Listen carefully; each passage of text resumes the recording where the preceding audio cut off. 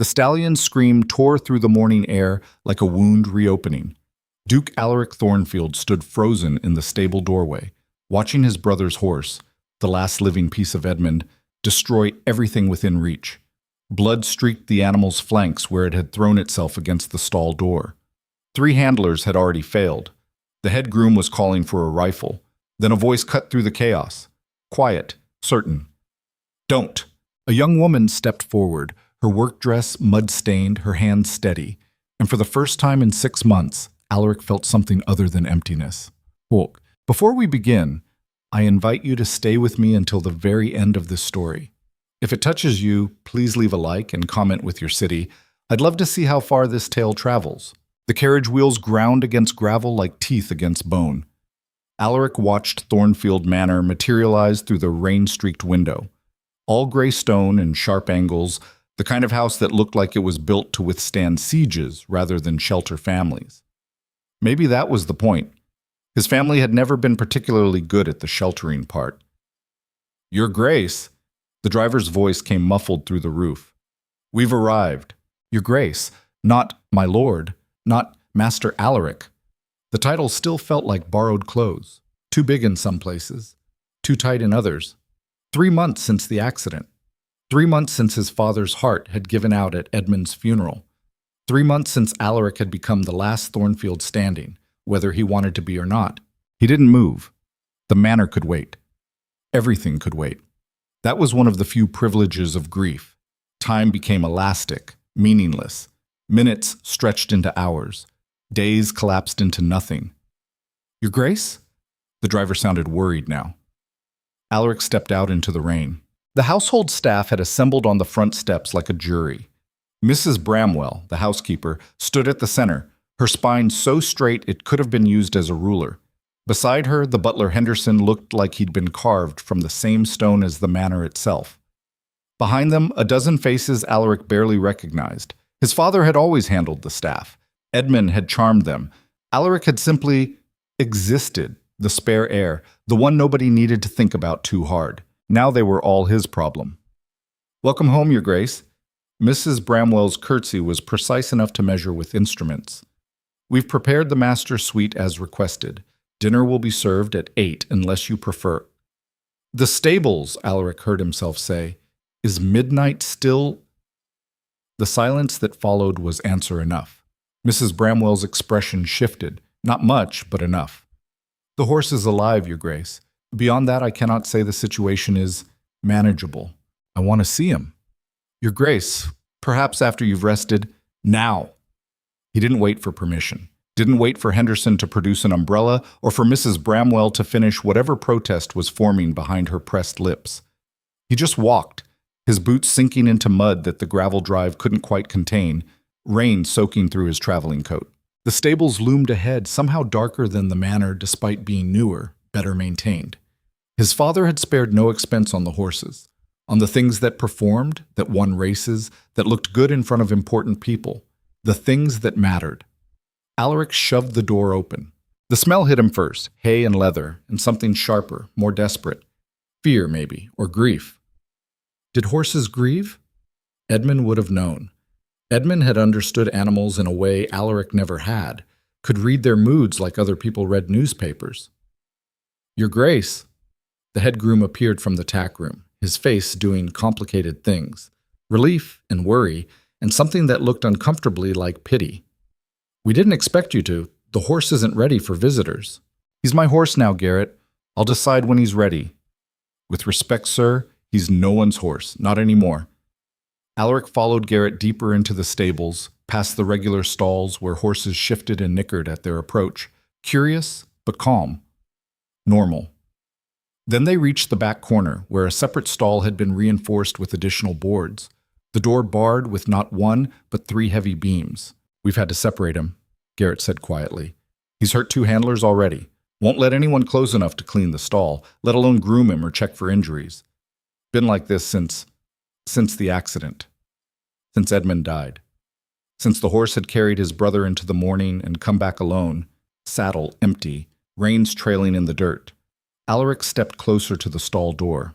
A sound came from inside, low, guttural, Nothing like the proud whinny he remembered, more like a growl, if horses could growl.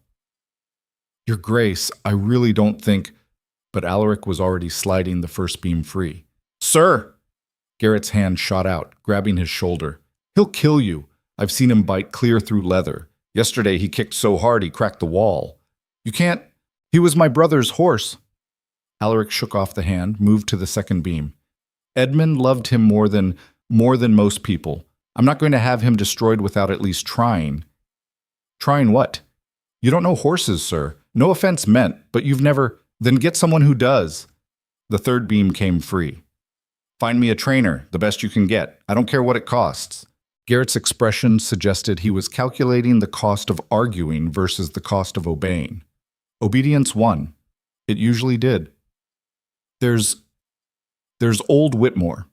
Lives about 3 miles east, runs a small operation, mostly does problem horses, things other trainers give up on.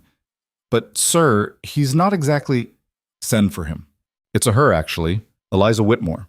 Old Tom's daughter. He died 2 years back. She took over the business. Some say she's got her father's gift with difficult animals, but she's just a girl, really, and you'd be wanting someone with proper credentials, someone who's worked with quality stock. Garrett. Alaric turned to face him fully. I don't care if she's the Queen's cousin or a fishmonger's daughter. If she can help that horse, send for her. Today. The groom's face went through several more complicated expressions before settling on resigned acceptance. Yes, Your Grace. Alaric waited until Garrett's footsteps had faded before turning back to the stall door. He didn't open it. Wasn't quite stupid enough for that. But he leaned close, peering through the gap between boards. 2 eyes stared back at him from the darkness. Wild, unfocused. The horse was magnificent even in ruin. Edmund had always chosen well. Pure black coat, strong lines, the kind of animal that should have been racing, winning, making their family proud. Instead, he was here, broken and dangerous, grieving in the only way he knew how. I know, Alaric said softly. I know he's not coming back. The horse lunged at the door. The wood shook, splinters flying. Alaric didn't flinch, though his heart kicked against his ribs hard enough to hurt. Neither is father, neither is... He stopped, swallowed against something sharp in his throat. We're what's left. You and me. The spares. The ones nobody needed until suddenly everyone did. Another crash against the door. More splinters. Someone's coming to help you. I don't know if it'll work. I don't know if anything works. But I'm not giving up on you. Alaric pressed his palm against the scarred wood. Edmund wouldn't forgive me if I did. The horse made that growling sound again, then went quiet. Not calm, just waiting.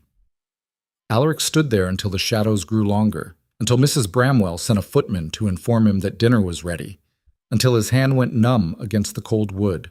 Then he went inside to eat alone in a dining room built for 20.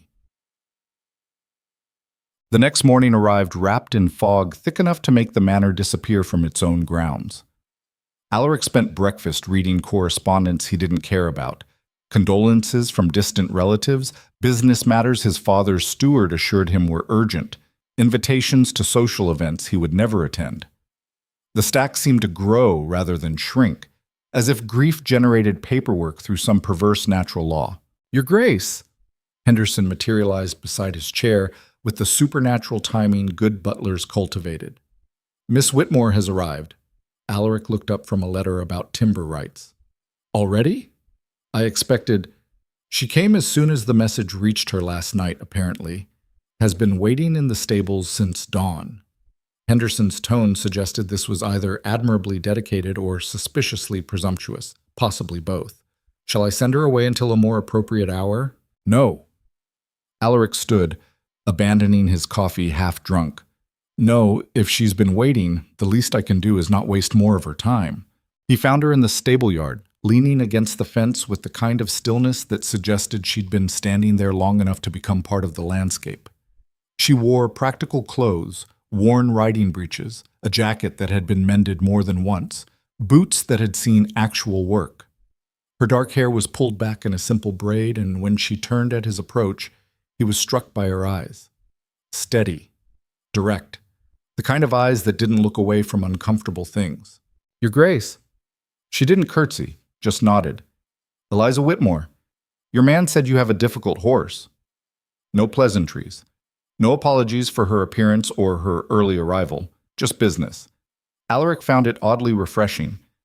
Difficult might be generous. Garrett thinks he should be destroyed. Garrett's afraid. She said it matter-of-factly, without judgment.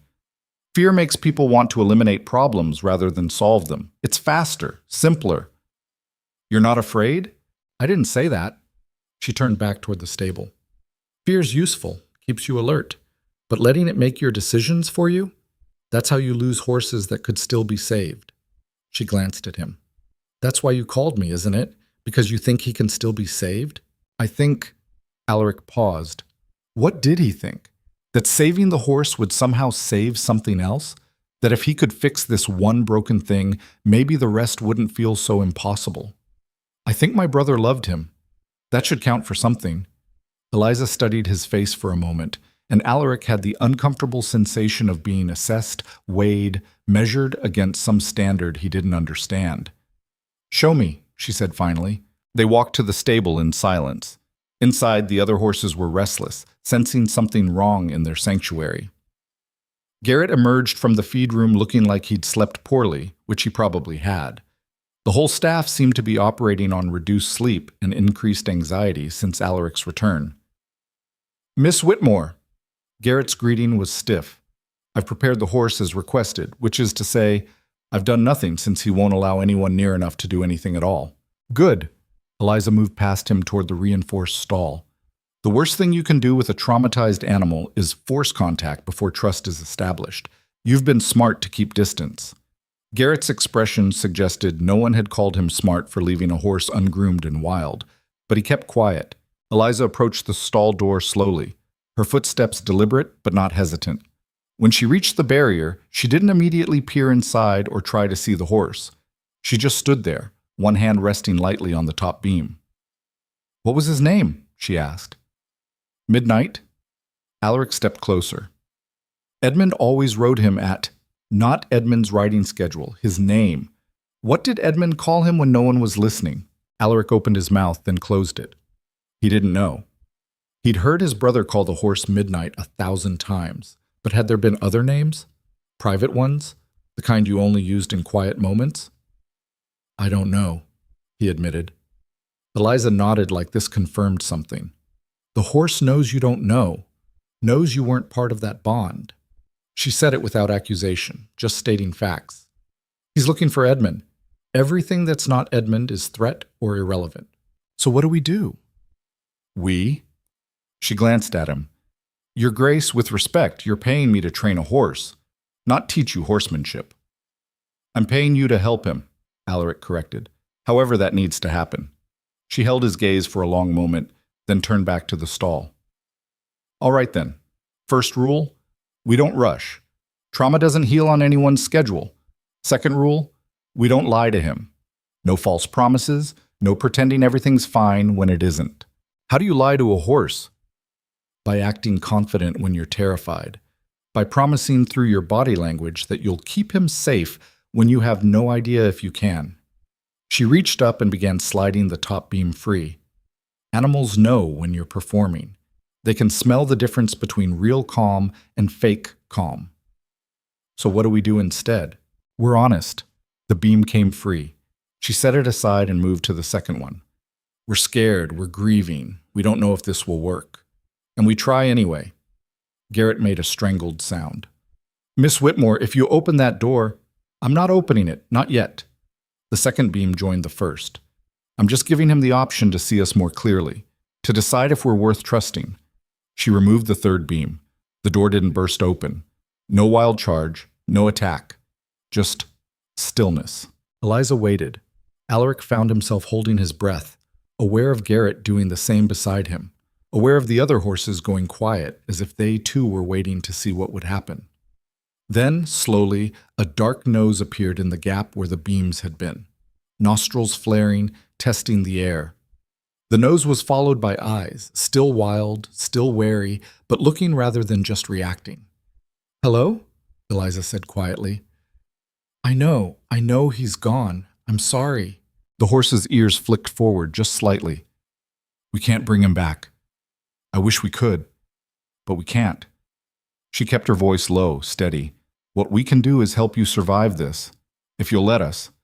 Midnight, or whatever his real name had been, stared at her, at Alaric, at the stable that had become his prison. Then, without warning, he retreated back into the darkness of his stall. That's enough for today, Eliza said, turning away.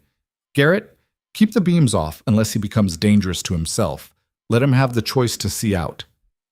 That's it? Alaric couldn't keep the disappointment from his voice. You just talk to him? I let him know we see him, that his grief matters, that someone's willing to be patient. She met his eyes. You'd be surprised how rare that is, even among humans. Doug. Eliza came back the next day, and the day after that. Each morning she would arrive at dawn, spend hours near Midnight's stall, sometimes talking, sometimes silent, never pushing. She had a routine Alaric began to recognize. First she'd tend to the other horses, grooming them, checking their hooves, murmuring low conversations that seemed to calm even the most nervous animals. Then she'd work her way to Midnight's corner, moving slowly, deliberately, giving him time to anticipate her approach. On the fourth day, Alaric found himself watching from the stable office, a cup of tea growing cold in his hands. She's good, Garrett said, appearing beside him. Better than good. I've seen trainers work for weeks without getting that stallion to even acknowledge their presence. Yesterday, he took an apple from her hand, didn't bite her fingers off or anything. You sound surprised. I am. No offense to old Tom, he was decent enough with horses. But his daughter? Garrett shook his head. Some folks in town said she was wasting her time trying to keep the business going. Said she'd be better off finding a husband, settling down, doing what women are supposed to do. What do you think? Garrett watched Eliza coax Midnight closer to the stall door, her movements so gradual they were almost invisible. I think those folks are idiots. Begging your pardon for the language, sir. Alaric found himself smiling, the first real smile in months. No pardon needed. He descended to the stable floor, his footsteps loud against the stone. Eliza glanced over, acknowledged him with a slight nod, then returned her attention to the horse. He's improving, Alaric observed. He's deciding whether to improve, she corrected. There's a difference. An animal that's forced to behave isn't healed, just suppressed. He needs to choose to trust again. And if he chooses not to, then we respect that choice and find him a quiet place to live out his days in peace. She said it calmly, but Alaric caught the slight tension in her shoulders. She didn't want to fail. Despite her practiced detachment, she cared about this horse, maybe more than was professionally wise. May I try? The words came out before Alaric had fully thought them through. Eliza turned to look at him properly. Try what? Approaching him. You've been working with him for days. Edmund would want me to try. Something shifted in her expression, not quite pity, but close. Understanding, maybe. The recognition of one grieving person by another. All right, she said finally, but you follow my instructions exactly. No improvising, no deciding you know better because he used to be your brother's horse. Down here, I'm in charge. Agreed? The directness should have been offensive. A trainer's daughter speaking to a duke like he was just another client. But Alaric found he appreciated it, preferred it even, to the constant deference that had surrounded him since he'd inherited the title. Agreed. She positioned him beside her, close enough that he could feel the warmth radiating from her body in the cool, stable air, close enough to catch the scent of hay and horse and something underneath that was just her. Breathe, she instructed. He can sense your heart rate, your tension. If you're anxious, he'll be anxious. I am anxious. Then be honestly anxious. Don't try to hide it. Just breathe through it. She demonstrated, her chest rising and falling in a slow rhythm that seemed almost meditative. Match me. Alaric tried, failed, tried again. His breath kept catching, his shoulders staying tight no matter how much he willed them to relax. You're thinking too hard, Eliza said. This isn't a business transaction. It's not a social obligation. It's just you and a horse and this moment. Let everything else go. I don't know how. Yes, you do. You did it yesterday when you were watching from the office. I saw you. You were completely still, completely present. You weren't the Duke. You weren't the grieving brother. You were just Here. Had he been? Alaric tried to remember, to recapture that feeling of suspension, of being outside time and duty and expectation. Good, Eliza murmured. That's better. Now extend your hand slowly, palm open. No sudden movements. Alaric's hand moved forward, his fingers trembling slightly. Midnight's ears flicked, tracking the motion. The horse's nostrils flared, testing the air between them. Talk to him, Eliza said. Not commands, just conversation. I don't know what to say. Say what's true. What was true? That he missed Edmund so much it felt like drowning? That he had no idea how to be the Duke, the master, the man everyone needed him to be? That standing here in the stable, next to a woman he barely knew, approaching a damaged horse, was the first time in months he'd felt even remotely like himself? I'm sorry, Alaric heard himself say. I'm sorry I wasn't there. I'm sorry I can't bring him back. I'm sorry I don't know how to help you. Midnight took a step forward, then another. His neck extended, stretching toward Alaric's outstretched hand. Don't move, Eliza breathed. Let him come to you. The horse's nose touched Alaric's palm, just barely, a whisper of contact, warm and alive and impossibly fragile. Then Midnight jerked back, retreating to the far corner of his stall. That was good, Eliza said quickly, perhaps sensing Alaric's disappointment. That was really good. He let you touch him. That's more than he's allowed anyone except me. He ran away. He's allowed to. Trust isn't binary. It's built moment by moment, touch by touch. He gave you something just now. Tomorrow maybe he'll give you a little more. Alaric looked at his hand, still extended, still holding the ghost of contact. You really believe that? I have to. Eliza turned to face him fully. The alternative is believing that broken things stay broken, and I can't live in a world where that's true. There was something in her voice, a crack in the professional composure, a glimpse of something raw underneath. Before Alaric could identify it, she'd turned away, busying herself with checking Midnight's water trough. Same time tomorrow? She asked, her tone back to business. Same time tomorrow, Alaric confirmed. He watched her work for a few more minutes, then retreated to the manor, where Mrs. Bramwell was waiting with more correspondence, more decisions, more responsibilities that felt like weights being added to an already overloaded scale. But that night, for the first time since returning to Thornfield, Alaric fell asleep without the usual parade of nightmares. Instead, he dreamed of horses running free across open fields, and in the dream, he was running with them. Bupasi. The days developed a rhythm. Eliza would arrive at dawn. Alaric would join her after breakfast. They'd work with Midnight together, sometimes successfully, sometimes not. The horse was unpredictable, granting access one day and withdrawing the next, following rules only he understood. It's like he's testing us, Alaric said one morning after Midnight had refused to approach for nearly an hour. He is testing us. Eliza was sitting on an overturned bucket, apparently content to wait as long as necessary. He wants to know if we'll give up when he's difficult, if we'll punish him for not performing, if we're safe. And are we? Safe, I mean. She considered this. I don't know. Are you? The question felt like it was about more than horses. Alaric lowered himself onto another bucket, facing her across the stable aisle. I'm trying to be. That's not the same thing. No, he admitted. I suppose it isn't. They sat in silence for a while. Comfortable silence, the kind that didn't demand filling. Alaric had forgotten such silence existed. His father had always needed to dominate any quiet with instructions or criticism, and Edmund had filled empty spaces with charm and laughter. But Eliza seemed perfectly at ease with wordlessness. Can I ask you something? Alaric said eventually. You're the Duke. I don't think you need permission to ask questions. Pretend I'm not the Duke? She raised an eyebrow. Can you do that? I'm trying to learn. All right then, ask. Why do you do this? The horse training. Garrett says people in town think you should give it up, find a husband, live a more conventional life. Eliza's expression hardened slightly. Garrett talks too much. He meant it as a compliment. He thinks you're brilliant with animals. But he also thinks I should give it up and get married.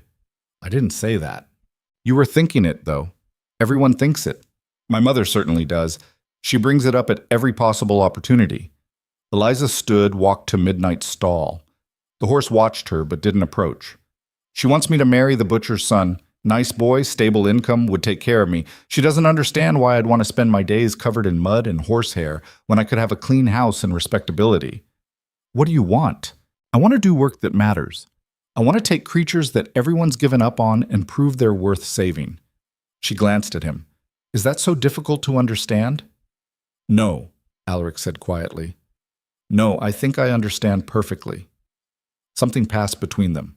A recognition, perhaps, of kindred isolation, of being pressed into shapes that didn't quite fit. Your brother, Eliza said after a moment. What was he like? Alaric's first instinct was to offer the public version. Edmund was charming, beloved, brilliant, but Eliza's steady gaze seemed to demand more. He was everything I wasn't, Alaric said finally. Confident, easy with people. Our father adored him. Everyone did. When he walked into a room, it was like the sun coming out. He paused. I loved him, and I resented him, and I miss him so much I can barely breathe sometimes. And I'm angry at him for dying and leaving me with all of this. He'd never said any of that aloud, hadn't even fully admitted it to himself. Eliza nodded slowly. Grief's complicated. Anyone who says otherwise is lying or hasn't really experienced it. You sound like you're speaking from experience. My father died 2 years ago. Heart attack. He was in the stable one moment, on the ground the next. I tried to save him, but she trailed off. The town doctor said there was nothing anyone could have done. That didn't make it feel any less like my fault. I'm sorry. Everyone's sorry. Sorry doesn't bring them back. She turned back to the stall, her shoulders tight. But work helps. Having a purpose helps. Saving things that can still be saved, that helps most of all. Alaric stood, moved to stand beside her. Not touching, but close enough to offer presence, if not comfort. Thank you, he said. For what? For being honest. For not pretending everything's fine. For, he struggled to find the words. For making this feel less impossible. Eliza looked at him, really looked at him, and Alaric felt something shift in the space between them. Something fragile and new and terrifying. Then Midnight whinnied, a real sound, not a growl or a scream, but something almost hopeful, and the moment passed. He's calling for food, Eliza said, moving away to grab a bucket of oats. Good sign. Means he's thinking about living instead of just surviving. Alaric watched her work, watched Midnight finally approach to eat from her hand, watched the morning light filter through the stable windows and turn everything golden. And for the first time since Edmund's death, he thought maybe, just maybe, he might be thinking about living too. 3 weeks into Eliza's work with Midnight, the first letter arrived. Alaric found it on his breakfast tray, nestled between the usual stack of estate business, and social invitations he never answered. The handwriting was elegant, precise, the kind taught to young ladies of quality. He recognized it immediately. Lady Catherine Ashworth, his father's sister. The woman who'd spent Edmund's funeral reminding everyone in earshot that she had 2 perfectly eligible sons who could manage Thornfield should Alaric prove unequal to the task. He broke the seal. Dearest nephew, word has reached London of your peculiar domestic arrangements. While I understand grief manifests in unusual ways, I must express concern regarding the propriety of employing an unmarried woman in such close daily proximity to your person. Surely you recognize how this appears to society. I've taken the liberty of consulting with several reputable horse trainers who would be pleased to assume responsibility for your brother's animal. Enclosed are their credentials. I trust you will make the sensible choice. Your position demands certain standards. Father would expect you to uphold them. With deepest affection, Aunt Catherine. Alaric set the letter down carefully, fighting the urge to crumple it, or burn it, or send it back with a response that would make his Aunt Society friends gasp into their tea. Bad news, Your Grace? Mrs. Bramwell had appeared with fresh coffee, her timing impeccable as always. My aunt has opinions about how I run my household. Lady Catherine has opinions about how everyone runs everything. Mrs. Bramwell's tone was carefully neutral, which meant she agreed with Alaric's assessment, but was too professional to say so directly. Will you be responding? Eventually, when I can do so without profanity. The housekeeper's lips twitched, the closest she ever came to smiling. Very wise, sir. Alaric carried the letter to the stables, though he wasn't sure why. Perhaps because the stable had become the one place where he felt like he could breathe properly, where expectations loosened their grip just enough to let him exist as something other than the title he'd inherited. Eliza was already there, working with one of the other horses, a young mare who'd been skittish since arriving at Thornfield. She glanced up at his approach, read something in his expression. "What happened?" "My aunt thinks you're improper." "I am improper. I work with horses and wear men's breeches and don't simper when titled people speak to me." She returned her attention to the mare. "Is that going to be a problem?" "For who?" "For you. For this." She gestured vaguely at the stable, at Midnight's stall, at the space they'd carved out over the past weeks. "Aristocrats care about appearances. I know that much, even if I don't move in your circles." Alaric leaned against the stall door, watching her work. She had a way of moving that was utterly unselfconscious. No performance, no calculation, just pure competence. It was refreshing in a way he hadn't known he needed. "My aunt can think whatever she wants," he said finally. "You're helping Midnight. That's what matters." "Is it?" Eliza's hand stilled on the mare's flank. "Because from where I'm standing, it seems like your family's opinion might matter quite a bit. You're a duke.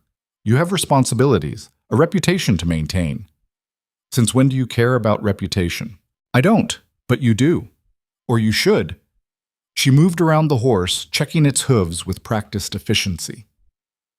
"Men like you don't get to just ignore society. You have duties, expectations, a whole world of people watching your every move and judging whether you're worthy of the title you inherited." There was something sharp in her voice, not quite anger, but close. Frustration, maybe. Or disappointment. "You sound like my aunt," Alaric said.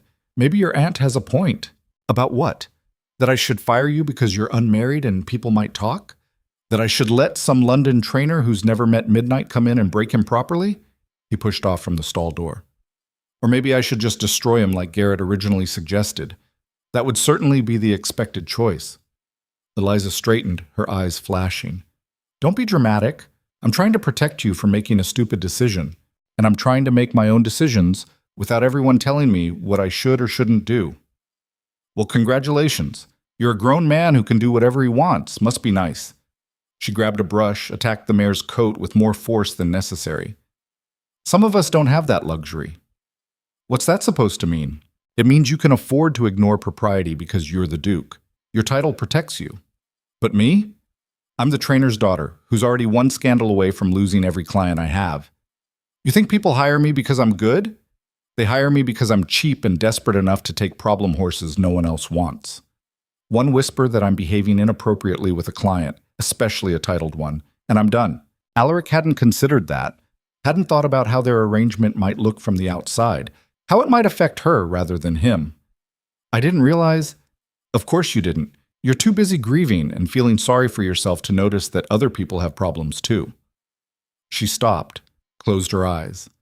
When she opened them again, the anger had faded into something more like exhaustion. "I'm sorry, that was unfair." "Was it?" "I don't know. Maybe not." She set the brush down, turned to face him fully. "Look, I appreciate what you're trying to do here. I do. But you need to understand that this," she gestured between them, "isn't sustainable. Eventually you'll have to choose between doing what's right for Midnight and doing what's expected of a duke. And we both know which one you'll choose. You don't know that, don't I?" Her smile was sad. "Men like you always choose duty. It's what you're raised for. It's in your blood." Before Alaric could respond, Garrett appeared in the stable doorway, looking harried. "Your Grace, sorry to interrupt, but you have visitors, your cousin and his mother. They're waiting in the drawing room." Alaric's stomach dropped. "Robert's here?" "Yes, sir. With Lady Catherine. They arrived about 10 minutes ago. Mrs. Bramwell has them settled with tea, but she sent me to fetch you urgently." Of course she did. His aunt didn't make social calls. She made strategic strikes. And bringing Robert suggested this wasn't about polite concern. This was about succession, about reminding Alaric that if he couldn't manage the dukedom properly, there were other Thornfields waiting in the wings. "I'll be there in a moment," Alaric said. Garrett nodded and disappeared. Eliza was already gathering her things. "You're leaving?" "I have other clients. Other horses that need work." She didn't look at him. Besides, you have family business. I'm just the hired help. Eliza, go deal with your aunt, Your Grace. Show her you're capable of being the duke she thinks you should be. She left before he could argue, her footsteps echoing against the stable floor. Alaric stood alone among the horses, feeling the walls of duty and expectation closing in like a trap. When he finally made his way to the drawing room, he found his aunt arranged on the settee like a general preparing for battle. Robert stood by the window examining a porcelain figurine with the kind of idle interest that meant he was bored but trying to hide it. Alaric. Lady Catherine didn't rise, just extended her hand for him to kiss like they were at court. You look dreadful. Are you eating properly? Mrs. Bramwell assured me you are, but clearly something is amiss. Aunt Catherine, Robert. Alaric nodded to his cousin, who offered a sympathetic grimace in return. Robert had always been the more tolerable of Catherine's sons, less ambitious, more interested in his books and archaeological pursuits than in claiming power. What brings you to Thornfield? Concern, dear nephew, pure concern. His aunt settled back, her eyes sharp. We heard such troubling rumors in London. A female trainer living on the estate, spending hours alone with you in the stables. Surely you understand how this appears. Miss Whitmore doesn't live on the estate. She arrives each morning and leaves each evening. And we're rarely alone. Garrett or one of the other grooms is always nearby. Nevertheless, the appearance of impropriety is nearly as damaging as actual impropriety. Your father would be appalled. My father is dead. The words came out harder than intended, and he spent more time worrying about appearances than about anything that actually mattered. I'm not going to make the same mistake. Lady Catherine's expression froze. I see grief has made you disrespectful as well as foolish. Mother, Robert interjected quietly. Perhaps we could approach this with less directness. Your cousin is right to be direct, Alaric said, though he appreciated Robert's attempt at diplomacy. What is it you actually want, Aunt Catherine? I want you to stop embarrassing the family name. I want you to dismiss this wholly inappropriate trainer and hire someone respectable. I want you to begin attending social functions, accepting invitations, behaving like the Duke of Thornfield rather than a heartbroken boy hiding in the countryside. And if I don't? His aunt's smile was thin, calculated. Then I will be forced to express my concerns more publicly, to suggest to our peers that perhaps the duties of the dukedom have proven too much for you, that you might benefit from assistance. Robert could easily relocate to Thornfield, help manage the estate while you recover from your grief. Temporarily, of course. There it was. The threat beneath the concern. Step aside or be pushed aside. You would start a scandal to prevent a scandal? Alaric kept his voice level, though anger simmered beneath. That seems counterproductive. I would do whatever necessary to protect this family's reputation and holdings.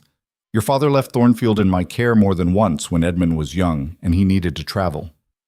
I know how to run this estate. I know what it requires. She leaned forward slightly. You're overwhelmed, Alaric. Anyone would be, inheriting so suddenly, losing so much so quickly. There's no shame in accepting help. And no choice in refusing it? There's always a choice. You could make the sensible decision on your own, or you could force me to make it for you. She stood, smoothing her skirts. We'll be staying through the weekend. I trust that gives you sufficient time to think clearly about your situation. She swept from the room, leaving Robert and Alaric in uncomfortable silence. For what it's worth, Robert said after a moment, I don't want the dukedom. Never have. I'm perfectly happy with my excavations and my research. Then tell your mother that. Have you ever successfully told my mother anything? Robert's smile was wry. She sees what she wants to see. Right now, she sees you as weak. Prove her wrong, and she'll find someone else to manage. How am I supposed to prove her wrong? By being the Duke, publicly, visibly. Robert moved toward the door, paused. And cousin? The trainer.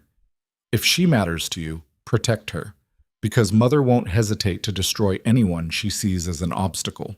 He left Alaric alone with those words echoing in the too large room. That evening, Alaric found himself back in the stables long after Eliza had gone home. Midnight was restless, pacing his stall, sensing the tension that had settled over Thornfield like fog. I don't know what to do. Alaric admitted to the horse. She's right. Both of them are right. I can't keep hiding here, but I don't know how to be what everyone needs me to be. Midnight approached the stall door, for once not aggressive or afraid, just present, listening in whatever way horses listened. Eliza thinks I'll choose duty over doing what's right. Maybe she's correct about that too. Maybe that's what men like me do. But even as he said it, something inside him rebelled. He thought of Edmund, who'd always done exactly what their father wanted, who'd been the perfect heir right up until he died being perfect. He thought of Eliza, who'd chosen her own path despite every pressure to conform. He thought of Midnight, who'd refused to be broken even when breaking would have been easier. No, he said aloud. No, I'm not doing this anymore. He left the stable and went to find Mrs. Bramwell. She was in her office, reviewing household accounts by lamplight. She looked up when he entered, reading the determination in his expression. Your Grace? I need you to arrange something, a demonstration, here at Thornfield 2 weeks from now.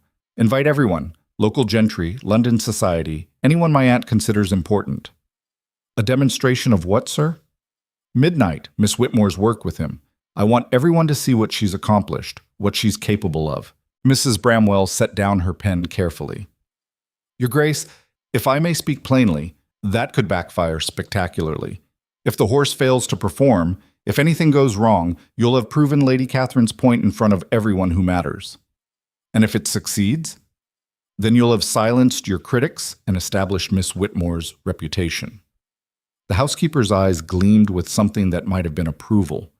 It's a gamble. Everything's a gamble. At least this way I'm choosing what to risk. Very well, I'll make the arrangements. She paused.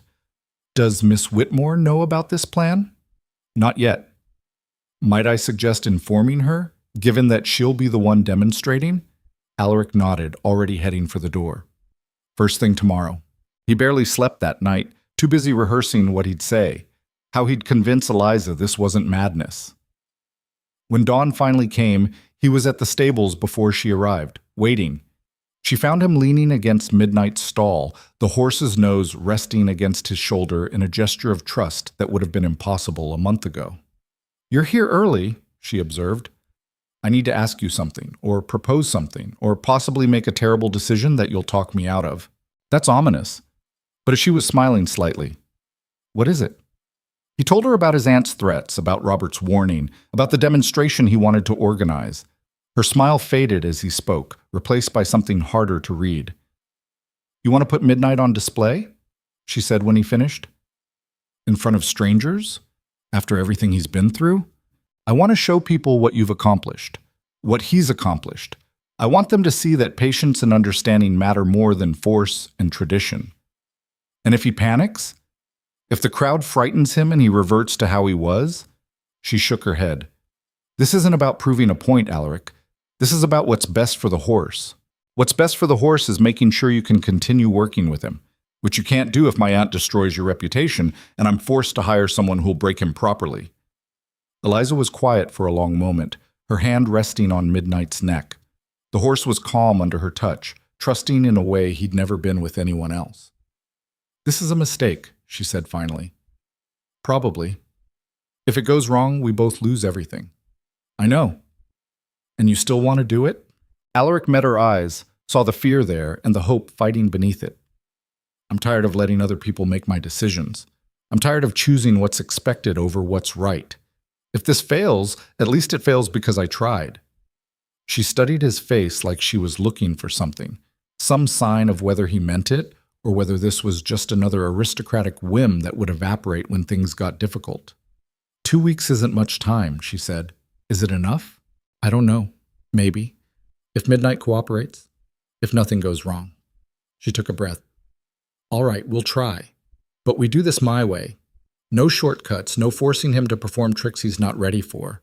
We show people exactly who he is right now, damaged but healing, imperfect but trying. Deal. They shook on it, her hand rough with calluses against his, and Alaric felt something shift between them.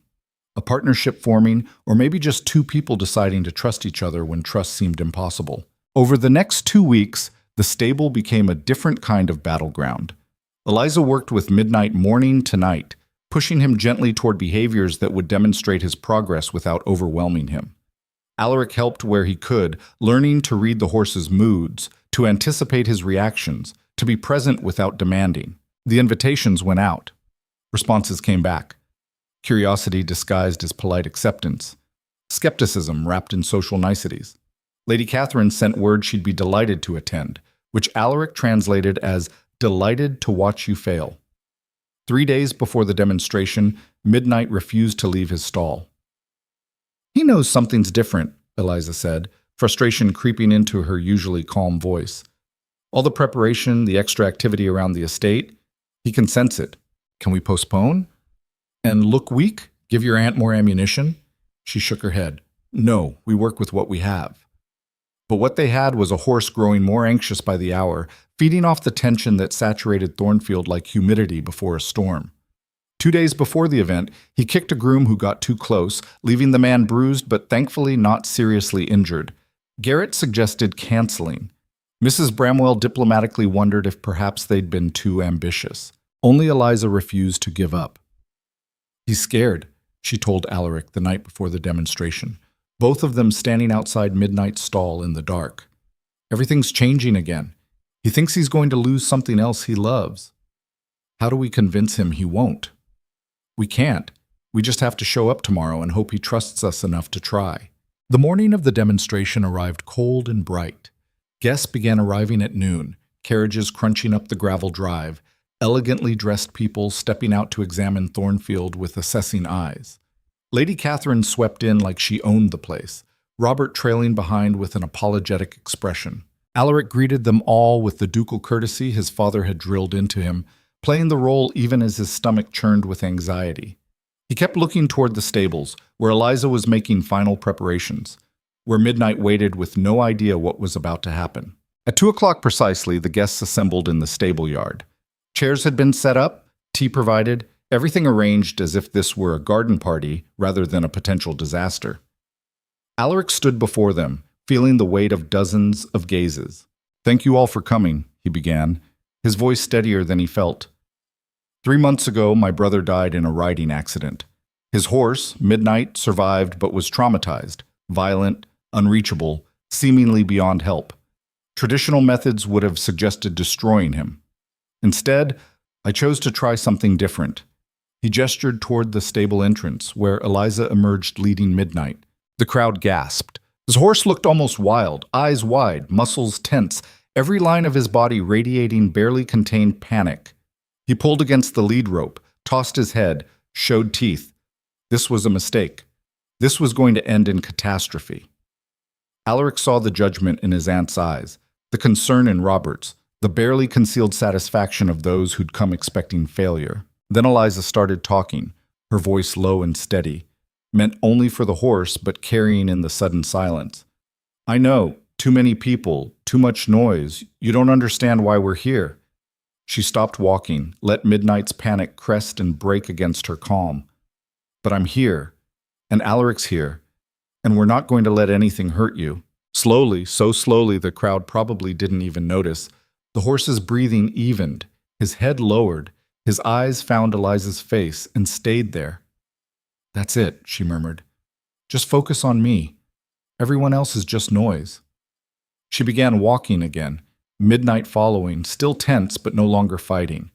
She led him through a series of simple movements, walking, stopping, turning. Nothing fancy, nothing designed to impress, just a woman and a horse communicating in a language older than words. Then she handed the rope to Alaric. He hadn't expected this, hadn't practiced this particular handoff. For a moment, he froze, certain that Midnight would bolt or attack or simply refuse to acknowledge him. But Eliza stepped close, her hand covering his on the rope. "Trust him," she whispered. "He already trusts you." Alaric took the rope. Midnight's ears flicked toward him, assessing. Then the horse took a step forward, staying close to Alaric's shoulder. They walked together, Duke and damaged horse, both trying to prove they were more than broken pieces of their former selves. Alaric felt the crowd watching, felt his aunt's disapproval like physical pressure, felt everything that could go wrong hovering just out of sight.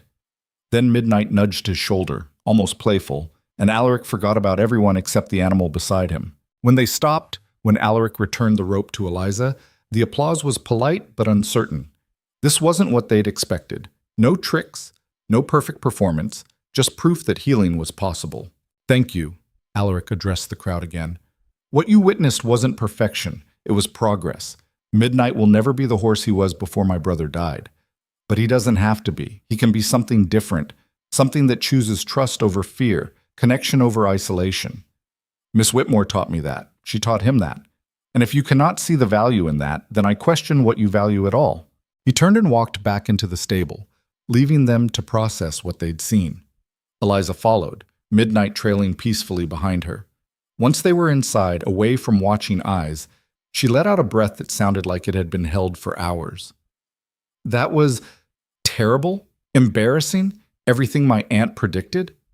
"Honest," Eliza finished. It was honest. They stood facing each other, Midnight between them, and Alaric realized he was tired of maintaining distance. Tired of pretending that what had developed between them over these weeks was purely professional. "Eliza, The stable door burst open. Robert rushed in, his usually calm demeanor shattered. "You need to come quickly. Mother's calling for the family physician. She's claiming you're mentally unstable, unfit to manage the estate. She's demanding an evaluation." The triumph Alaric had felt moments ago evaporated. Can she do that? She's doing it. And half those people out there are listening to her because what they saw today wasn't what they expected. They don't understand it, so they're willing to believe something's wrong with you. Robert gripped his arm.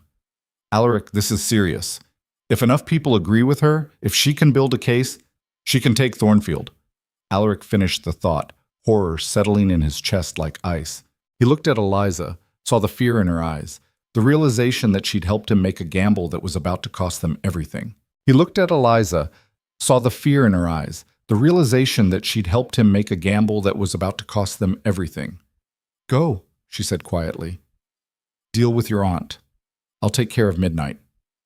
"Eliza, go." Her voice was sharper now, breaking. "This is exactly what I said would happen. You have to choose, so choose." Alaric wanted to argue, wanted to tell her this wasn't a choice between her and duty, but Robert was already pulling him toward the door, and the sounds of agitated conversation were spilling in from the yard. He caught one last glimpse of Eliza's face, closed off, resigned, before the stable swallowed her up. The scene outside had devolved into barely controlled chaos. Lady Catherine stood at the center like a spider in her web, speaking in urgent tones to Dr. Pemberton, the family physician who'd attended Alaric since childhood. Around them, guests clustered in groups, their polite veneer cracking to reveal the gossip underneath. "Alaric," his aunt's voice cut through the noise. "Dr. Pemberton has agreed to conduct a brief examination, purely precautionary, you understand, given the circumstances." "What circumstances would those be, Aunt Catherine?" "Your erratic behavior, your withdrawal from society, your fixation on an animal that should have been destroyed months ago." She gestured vaguely toward the stable. "Your inappropriate attachment to an unsuitable woman. These are not the actions of a man in control of his faculties." "I'm grieving. That's not the same as being unstable, isn't it?" Dr. Pemberton stepped forward, his expression professionally sympathetic. "Your Grace, grief can manifest in many ways. Sometimes it clouds our judgment, makes us behave in ways contrary to our best interests. A simple evaluation would put everyone's minds at ease." "And if I refuse?" Lady Catherine's smile was thin as a blade. "Then you confirm what everyone here is beginning to suspect, that you're unfit to manage Thornfield and all that comes with it. The title may be yours by blood, Alaric, but the estate can be placed in trust if those with legal standing deem you incapable of proper stewardship." She had him cornered. Refuse and look guilty, submit and give her ammunition. Either way, she won. "This is absurd," Robert interjected. "Mother, you can't seriously—" "I can and I am. For the good of the family." Catherine turned to the gathered guests. "I apologize for this unfortunate display. Perhaps it would be best if everyone returned to the house for refreshments while we sort this matter privately." They went, of course. Curiosity would keep them lingering, ears pressed to doors, servants interrogated for details. By nightfall, all of London would know that the Duke of Thornfield was being evaluated for mental instability. When the yard had cleared except for Catherine, Robert, and Dr. Pemberton, Alaric felt the trap close completely.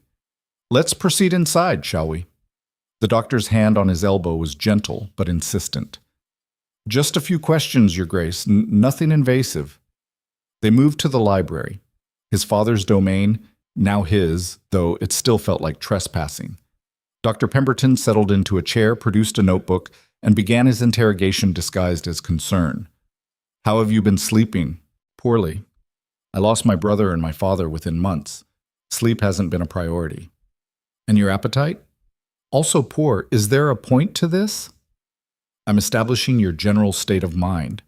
Have you experienced any episodes of confusion, memory loss, violent impulses?" Alaric's hands clenched. "No."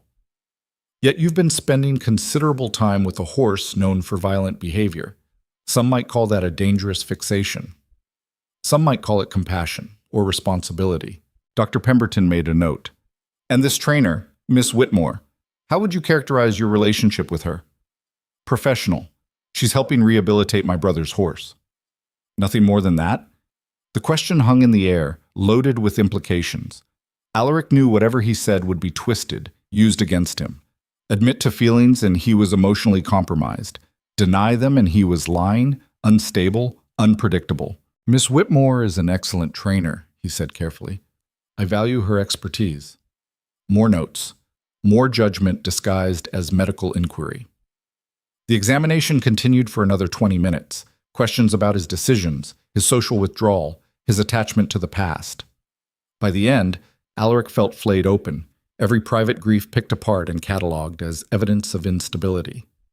"Well," Lady Catherine asked when Dr. Pemberton finally closed his notebook, "I would recommend a period of rest and recuperation, away from the stresses of managing the estate, perhaps with family support to ensure—" "No!" Alaric stood, his patience finally shredding. "I'm not abandoning Thornfield because you've decided I'm inconvenient." "Alaric, please," Robert's voice was strained. "Think about what you're doing." "I am thinking. For the first time in months, I'm actually thinking clearly." He turned to his aunt. "You want Thornfield? Fine. Let's be honest about that. This isn't about my well-being or the family's reputation. This is about control." "How dare you?" "I dare because I'm the Duke, not you, not Robert. Me." His voice rose despite himself. "Edmund died. Father died. And I'm the one left standing, whether you like it or not. You can question my judgment, call me unstable, bring in every physician in England, but you can't take away what's mine by right." Lady Catherine's expression hardened. "Can't I? Let's test that theory, shall we? Dr. Pemberton, prepare your formal assessment. We'll present it to the family solicitor tomorrow morning." She swept from the room, taking the physician with her. Robert remained, looking torn between family loyalty and something that might have been respect. "You shouldn't have antagonized her," he said quietly. "Probably not. She'll push this now, make it formal, and you've just given her more evidence that you're emotionally unstable." Robert moved to the window, stared out at the grounds. "For what it's worth, I don't think you're unfit. I think you're grieving. But grief isn't enough to stop her if she's determined." "What would be enough?" "Proof that you're capable of managing the dukedom. Public demonstrations of stability, rationality, proper ducal behavior." He turned back. "You'd have to play her game, attend social functions, make strategic decisions, show everyone that you're not the broken recluse she's painting you as. In other words, become exactly what Edmund was. In other words, survive long enough to prove you deserve what you inherited." After Robert left, Alaric sat alone in the darkening library. Through the window he could see the stable, could imagine Eliza inside with Midnight, both of them probably wondering if this disaster was somehow their fault. It wasn't. It was his. He'd pushed too hard, gambled too much, believed that doing the right thing would somehow be enough. He'd been wrong. A knock interrupted his spiral. Mrs. Bramwell entered without waiting for permission, carrying tea he hadn't asked for. "Your Grace, if I may speak frankly, when have I ever stopped you? Your aunt has been speaking with several of the senior staff, asking questions about your behavior, your habits, your state of mind." She set the tea down with deliberate precision. "She's building a case." "I know. Do you also know that Garrett received a visitor this afternoon? a London trainer highly credentialed, offering to take over Midnight's rehabilitation at a fraction of Miss Whitmore's fee. Mrs. Bramwell's expression was grim. Your aunt is systematically removing your support systems. Alaric's stomach dropped. She's trying to force Eliza out. She's succeeding. Garrett told me he's under pressure from Lady Catherine to recommend the change. He won't do it. He has more integrity than that, but others might not be so loyal. What do I do? That depends on what you're willing to sacrifice. The housekeeper poured tea with steady hands. You could capitulate. Send Miss Whitmore away, accept the London trainer, behave as your aunt expects, save Thornfield at the cost of everything else. Or you fight. But understand that fighting means risking everything. Your title, your estate, your reputation, and you might still lose. She met his eyes. Only you can decide if what you're fighting for is worth what you might lose. After she left, Alaric sat untouched tea growing cold as darkness claimed the room. He thought about Edmund, who'd always done what was expected and died being perfect. He thought about his father, who'd valued reputation over everything and ended up alone except for the son he'd never wanted. He thought about Eliza, who'd chosen her own path despite every obstacle society placed in front of her. And he thought about Midnight, who'd survived trauma and loss and was slowly, painfully, learning to trust again. Around midnight, he left the manor and walked to the stables. The building was dark except for a single lamp burning near Midnight's stall. Eliza sat on her usual bucket, wide awake, her expression distant. You should have gone home hours ago, Alaric said. So should you. She didn't look at him. But here we both are, avoiding the inevitable. He sat on the bucket beside hers, close enough that their shoulders almost touched. I'm sorry for dragging you into this, for thinking a demonstration would solve anything. It solved something. It showed me exactly where I stand. Her voice was flat, drained. I was stupid to think this could work. Stupid to believe that someone like me could matter to someone like you beyond what I could provide. That's not, isn't it? Now she looked at him, and her eyes were bright with unshed tears. Your aunt made it very clear this afternoon. I'm an inconvenience, a scandal waiting to happen. And the smart thing, the ducal thing, would be to cut me loose before I damage your reputation further. I'm not going to do that. Why not? It would solve your problems. Accept the London trainer. Prove to your aunt you can make rational decisions. Keep Thornfield. She stood, started pacing. I've been thinking about it all evening. It makes sense. It's what anyone sensible would do. I don't want sense. I want... Alaric stopped, the words too big and too frightening to release. I want you to stay. Eliza froze mid-pace. Don't say things you don't mean. I mean it. I need you to stay. Not just for Midnight. For me. He stood, moved closer. These past weeks, working with you, learning from you. It's been the only thing that's felt real since Edmund died.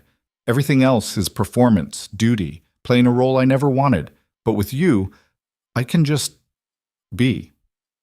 Being yourself isn't enough when you're a duke. Your aunt proved that today. Then maybe I need to redefine what being a duke means. He reached for her hand, half expecting her to pull away. She didn't. I'm tired of letting other people write my story.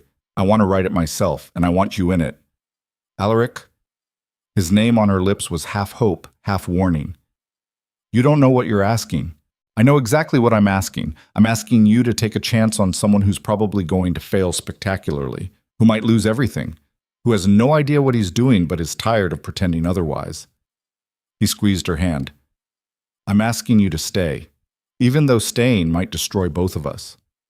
That's a terrible proposal. It's the only honest one I have. She laughed, a broken, desperate sound. You're an idiot. Probably. Your aunt will make our lives hell. Undoubtedly. We might lose everything. I know. Eliza pulled her hand free, but only to frame his face with both palms. Then I suppose we'd better make it worth the risk. She kissed him, fierce and frightened and furious all at once. Alaric kissed back, tasting salt tears and desperation, and something that felt dangerously like hope. When they broke apart, both breathing hard, Midnight nickered from his stall, almost approving. Tomorrow's going to be awful, Eliza said. Worse than awful. Your aunt will escalate. Without question. And we still have no actual plan. None whatsoever. Alaric rested his forehead against hers.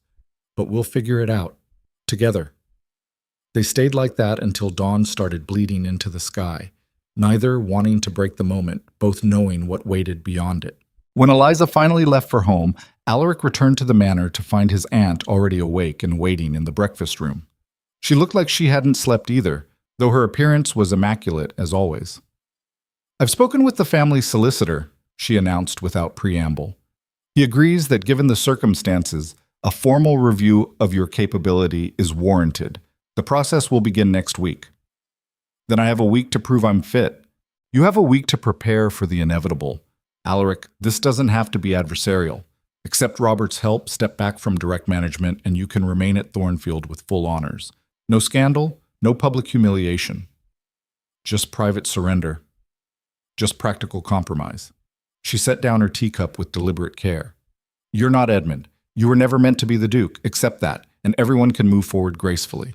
Something in Alaric snapped. "You're right. I'm not Edmund. Edmund would have done exactly what you wanted, played every role perfectly, and died young trying to meet expectations that were impossible to maintain. I'm not doing that. I'd rather fail on my own terms than succeed on yours." "Then you'll fail. And lose everything." "Maybe. But at least I'll know I tried." Lady Catherine stood, her expression icy. "Very well. But know this. I gave you a chance to avoid what's coming. What happens next is your own fault." She left him alone with cooling breakfast and the weight of his decision. The week that followed was brutal. Lady Catherine deployed every weapon in her arsenal, whispered conversations with estate managers, pointed questions to staff about Alaric's decision-making, strategic visits to neighboring families to plant seeds of doubt. She worked systematically to undermine his authority while maintaining plausible deniability about her intentions. Alaric fought back the only way he knew how, by being visible, engaged, making decisions about the estate he'd previously left to stewards and managers. He reviewed accounts, met with tenants, addressed concerns he'd been too lost in grief to notice. It was exhausting and terrifying, and he made mistakes, but he showed up. Eliza helped, though they had to be careful. Any hint of impropriety would hand Catherine ammunition. So they worked with midnight during daylight hours with grooms present, kept their conversations professional, pretended the kiss in the stable hadn't happened, even though it hung between them like a promise neither dared acknowledge. 3 days before the formal review, Garrett brought news that made Alaric's blood run cold. "The London trainers arrived, Your Grace. Your aunt invited him personally, said she wanted him to observe Miss Whitmore's methods, to provide a professional assessment." "Where is he now?" "In the yard with your aunt and several guests. She's assembled quite the audience." Alaric found them gathered like spectators at an execution. The London trainer, a severe man named Blackwood, stood with his arms crossed, watching Eliza work with a young gelding. His expression radiated professional disdain. "Ah, Alaric." Lady Catherine's greeting was poisonously sweet. "Mr. Blackwood was just commenting on Miss Whitmore's technique, or lack thereof. Perhaps you'd like to hear his expert opinion? I'm sure you'll tell me regardless of my preference." Blackwood stepped forward, clearly relishing his role. "The young woman has some natural aptitude, I'll grant her that. But her methods are undisciplined, overly emotional, unsuitable for quality stock. A horse like Midnight requires firm handling, established protocols, proper breaking techniques." "Midnight doesn't need to be broken," Eliza said, not looking up from the gelding. "He needs to heal. Sentiment has no place in professional horse training, girl. Animals require structure, discipline, clear hierarchy. What you're doing is little better than coddling." "What I'm doing is working." "Is it?"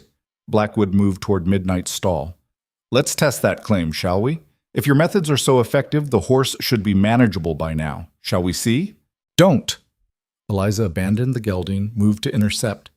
"He's not ready for strangers, especially not someone with your approach." "My approach is professional, proven, unlike your amateur experiments." Blackwood reached for the stall door.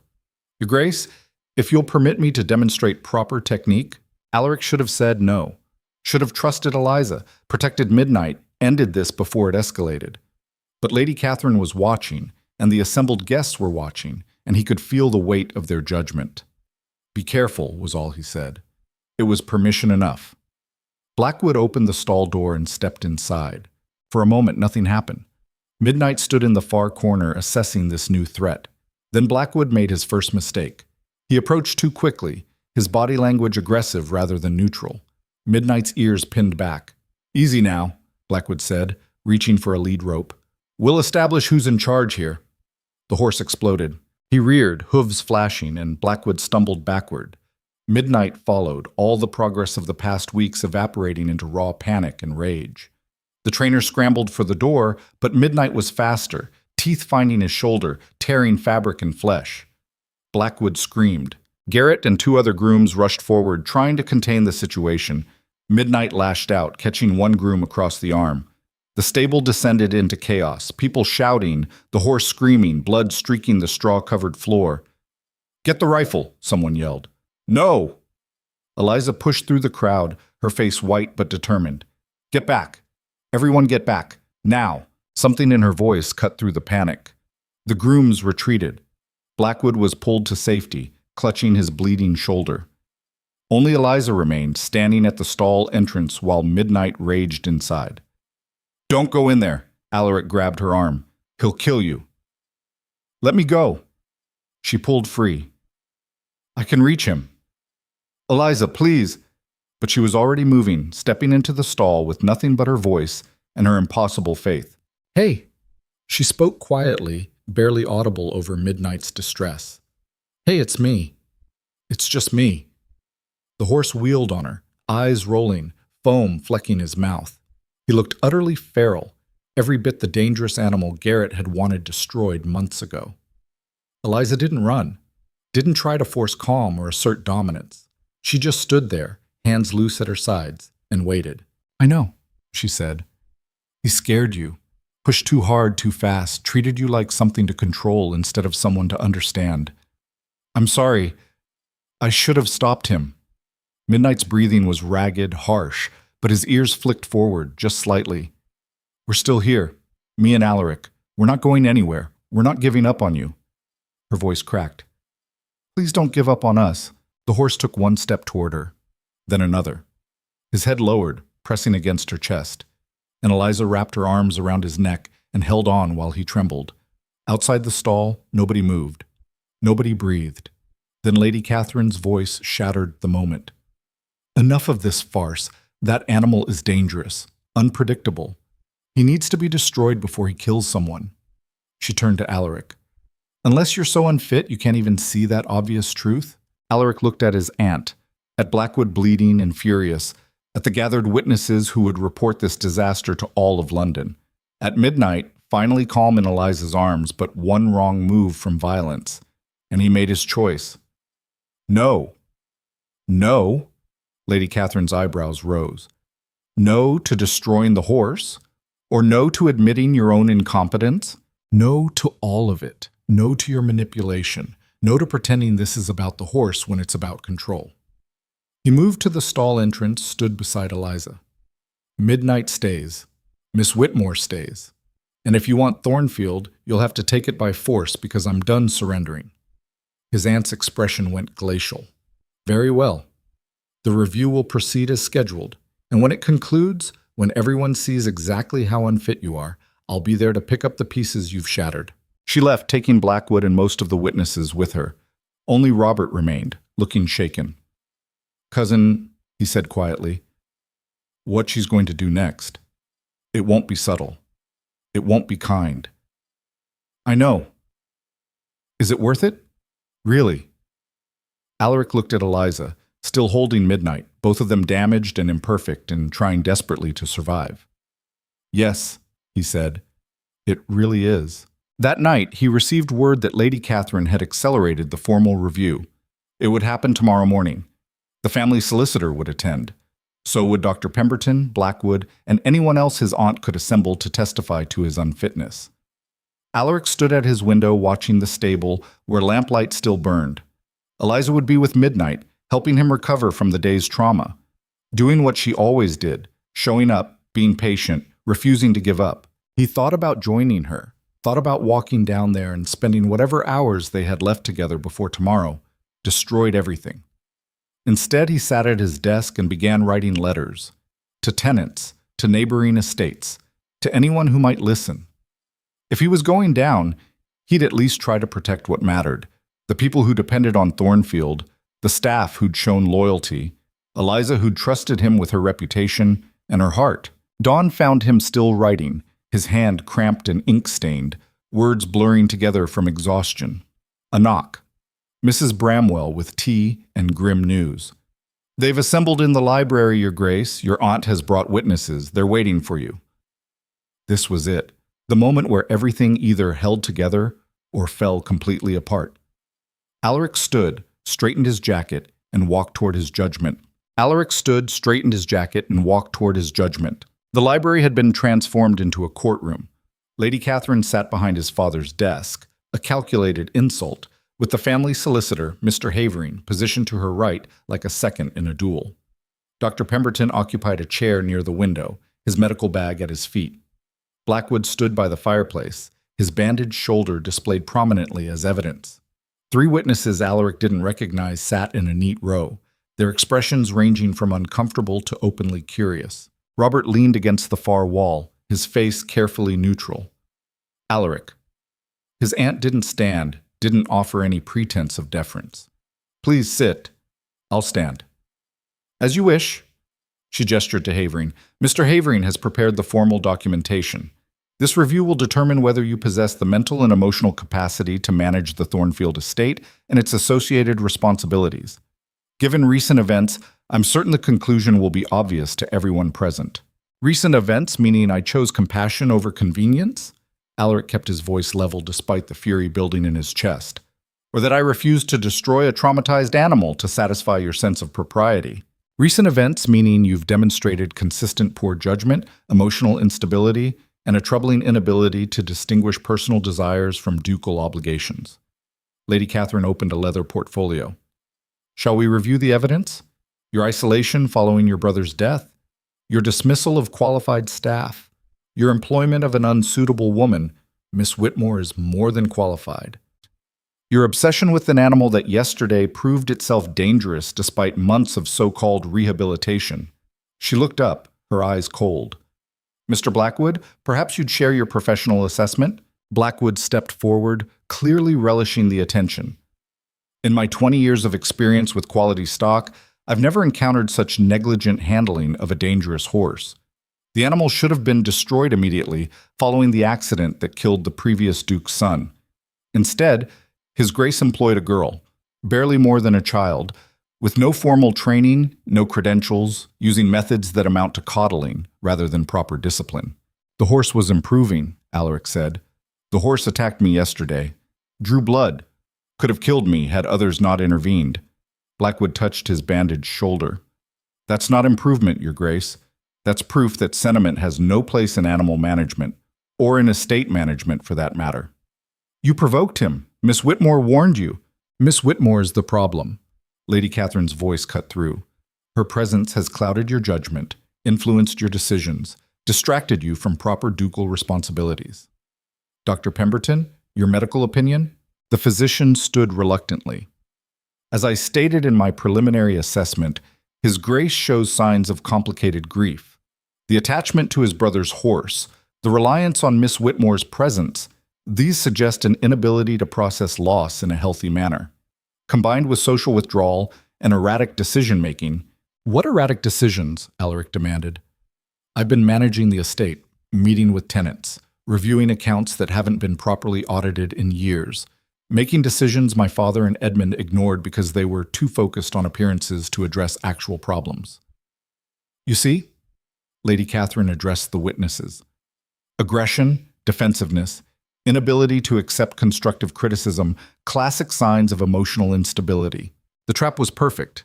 Anything Alaric said to defend himself would be used as further evidence of his unfitness. Silence would be interpreted as inability to respond. He was watching his life dismantle in real time, and there was nothing he could do to stop it. Then the library door opened. Eliza stood in the doorway, still wearing yesterday's mud-stained clothes, her hair escaping its braid. She looked like she'd been awake all night, which she probably had.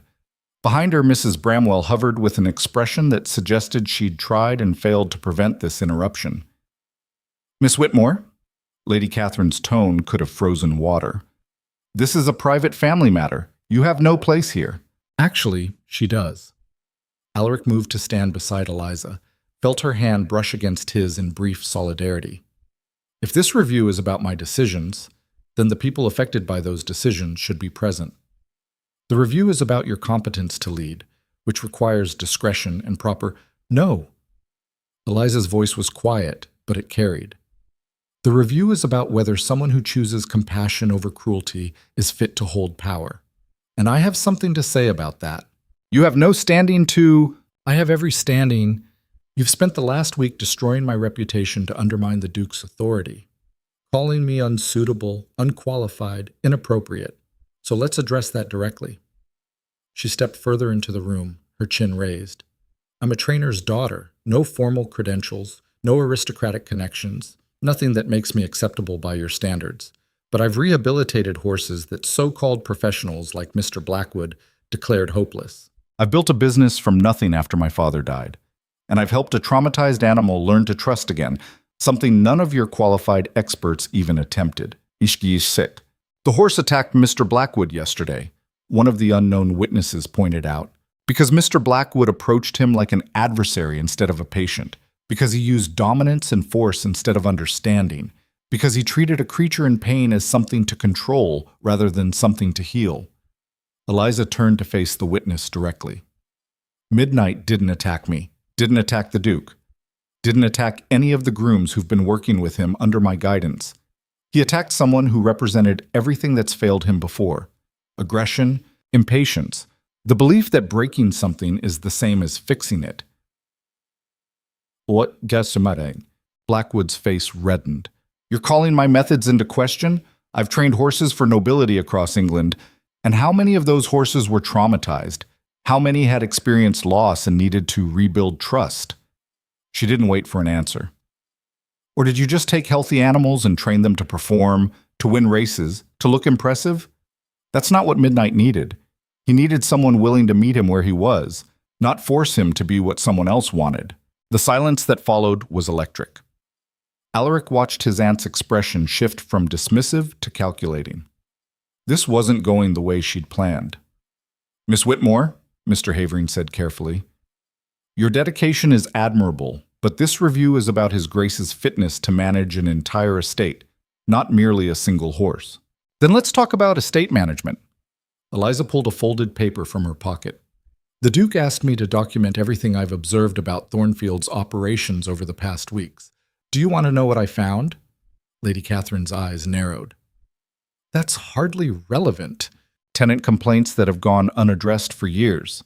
Maintenance issues in cottages that the previous steward marked as resolved but never actually fixed. Account discrepancies that suggest someone's been skimming funds." She unfolded the paper, her hand steady despite the weight of every gaze in the room. His Grace discovered these problems in less than 2 weeks. Problems that existed under his father's management, under Edmund's oversight, under all the qualified, traditional leadership everyone claims to value so highly. "Boss, Mom." Alaric felt something shift in his chest. She'd been investigating?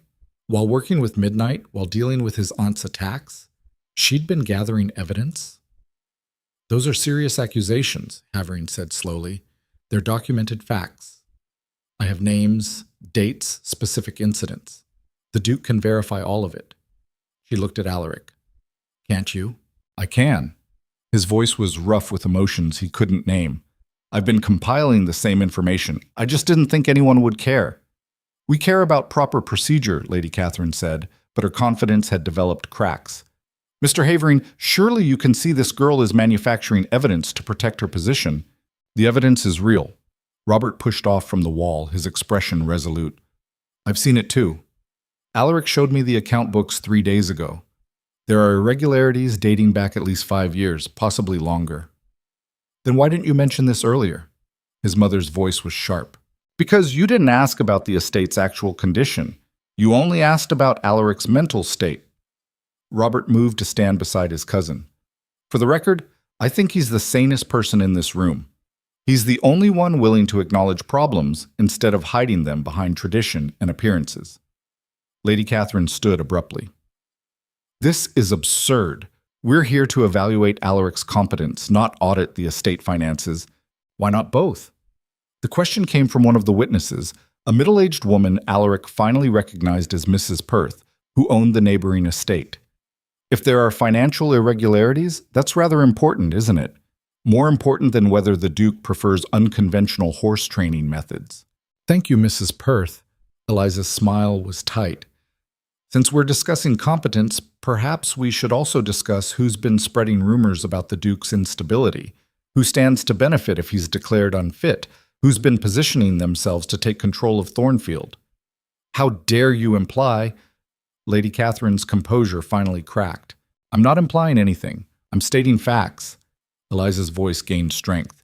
You've been undermining him since before he even returned to Thornfield, questioning his decisions, sabotaging his authority, bringing in witnesses to declare him unstable based on grief that any reasonable person would experience after losing a brother and father. And why? Because you want control. Because you believe your son should have inherited. Because you can't stand the idea that someone might choose a different path than the one you've decided is proper. The room erupted. Lady Catherine was shouting about disrespect and impropriety. Blackwood was defending his professional reputation. Dr. Pemberton was trying to restore order. Through it all, Alaric stood frozen, watching Eliza dismantle his aunt's carefully constructed case with nothing but truth and fierce determination. Finally, Havering raised his voice. Enough! The solicitor rarely shouted, which made the word land like a judge's gavel. Everyone sit down, now! Slowly, order reasserted itself. When the room had quieted, Havering turned to Lady Catherine. Lady Catherine, these are serious allegations Miss Whitmore has raised. About the estate finances, about your motivations for this review. Do you have responses? The girl is desperate to maintain her position. She'll say anything. I asked if you have responses to the specific allegations. Financial irregularities. Tenant complaints. Maintenance failures. Havering's tone was professional but firm. If His Grace has documented these issues, and if they existed under previous management, that suggests the problem isn't his competence, but rather systemic failures he's attempting to address. Lady Catherine's jaw tightened. The estate has always been properly managed. Has it? Mrs. Perth spoke up again. Because I've heard complaints from Thornfield tenants for years about leaking roofs, about rents being collected but repairs never completed. I assumed it was just the normal difficulties of estate management, but if there's documentation... There is. Alaric found his voice again. I can show you everything. The account discrepancies, the maintenance records, the tenant complaints that were logged but never resolved. My father and Edmund were focused on maintaining appearances, hosting parties, winning races, being seen in the right places. The actual work of running Thornfield was delegated to a steward who appears to have been more interested in personal profit than proper management. This is a deflection, Lady Catherine insisted. We're here to evaluate Alaric's mental state, not audit ancient history. It's not ancient history if the problems are ongoing and His Grace is actively working to fix them. Havering made notes in his ledger. In fact, it suggests precisely the opposite of what you're claiming.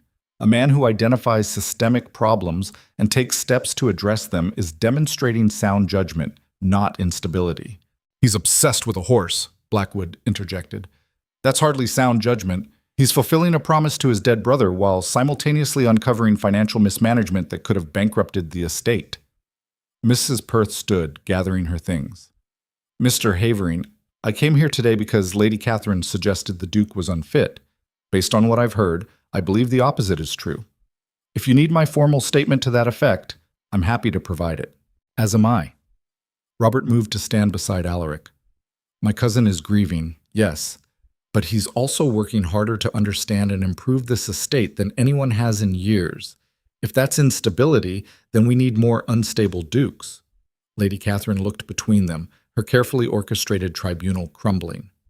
Mr. Havering, surely you can see this is coordinated. What I see, the solicitor interrupted, is that the evidence for His Grace's incompetence is substantially weaker than the evidence for his competence. The attachment to his brother's horse could be viewed as sentiment, or it could be viewed as honoring a promise and refusing to take the easy path when a more difficult one might yield better results. His employment of Miss Whitmore could be viewed as inappropriate, or it could be viewed as recognizing talent, regardless of conventional credentials. His social withdrawal could be viewed as instability, or it could be viewed as focusing on actual estate management rather than social performance. So you're dismissing the review? Lady Catherine's voice had gone cold. I'm concluding that there's insufficient evidence to support a finding of incompetence. In fact, I'm increasingly concerned that this review was initiated not out of genuine concern for His Grace's well-being, but out of personal ambition. Havering closed his ledger with finality. Unless you have additional evidence, substantive evidence, not speculation about grief or propriety, I'm recommending this review be concluded in His Grace's favor. The words hung in the air like a verdict. Alaric felt something loosen in his chest. Not quite relief, but the absence of the crushing weight that had pressed down for days. Lady Catherine gathered her things with jerky movements, her composure in tatters. This isn't over. There are other avenues, Mother, Robert's voice was gentle but firm. It's over. Alaric won. Excepit. For a moment, Alaric thought his aunt might continue fighting. Then something in her expression shifted, calculation replacing fury. She'd lost this battle, but she was already planning the next campaign. Very well. She turned to Alaric, her smile sharp. Enjoy your victory, nephew. But remember, competence must be demonstrated continuously. One significant failure, one public scandal, and this conversation will resume. I'll be watching. She left, taking Blackwood and Dr. Pemberton with her. The witnesses dispersed more slowly, Mrs. Perth pausing to offer Alaric a sympathetic nod. When the library had emptied except for Alaric, Robert, Eliza, and Havering, the solicitor permitted himself a small smile. Your Grace, that was considerably more dramatic than anticipated. But for what it's worth, I believe you're making the right choices. Unconventional, perhaps, but right. He gathered his papers. I'll prepare the formal documentation concluding the review in your favor. It should be ready within the week. Thank you, Mr. Havering. After the solicitor left, the three of them stood in silence. Alaric turned to Eliza. You investigated the estate finances while everything else was happening? Mrs. Bramwell helped, and some of the tenants who were willing to talk once they knew someone was actually listening. She shrugged, but he could see the exhaustion in her eyes. I told you, I'm good at finding problems no one else wants to acknowledge. Turns out that applies to more than just horses. You saved me, both of you. Alaric looked between her and Robert. I was ready to lose everything. You were ready to fight for what mattered. Robert clapped his shoulder. That's different. Though for the record, you could have mentioned the financial investigation earlier, would have saved us some trouble. I didn't think anyone would believe me. I'm the spare heir who knows nothing about estate management, remember? You're the Duke who's learning. There's a difference. Robert moved toward the door. I should go deal with Mother before she sets fire to something. But Alaric, don't let her threats intimidate you. She's lost her leverage. The most she can do now is be a nuisance. After Robert left, Alaric and Eliza were finally alone. She sagged against the desk, the adrenaline that had carried her through the confrontation finally draining away. I can't believe I just did that, she said quietly. Challenged a titled lady in her own family's library. Accused her of manipulation and self-interest. I must have lost my mind. You were magnificent. I was terrified. Still am, actually. She looked at him, vulnerability replacing the fierce determination. She meant what she said. She'll be watching, waiting for us to fail.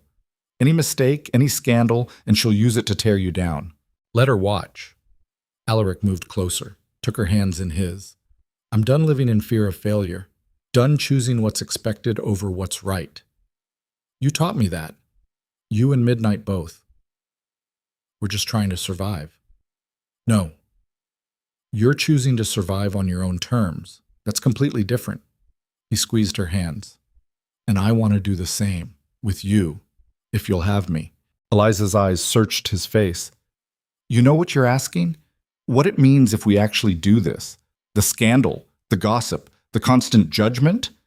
I know, and I'm asking anyway. Why? You could find someone appropriate, someone with the right background, the right connections, someone your aunt would approve of. I don't want someone appropriate. I want someone real. Someone who sees me as Alaric, not the Duke. Someone who fights for what matters instead of what looks good. He paused. I want you. She laughed, shaky and disbelieving.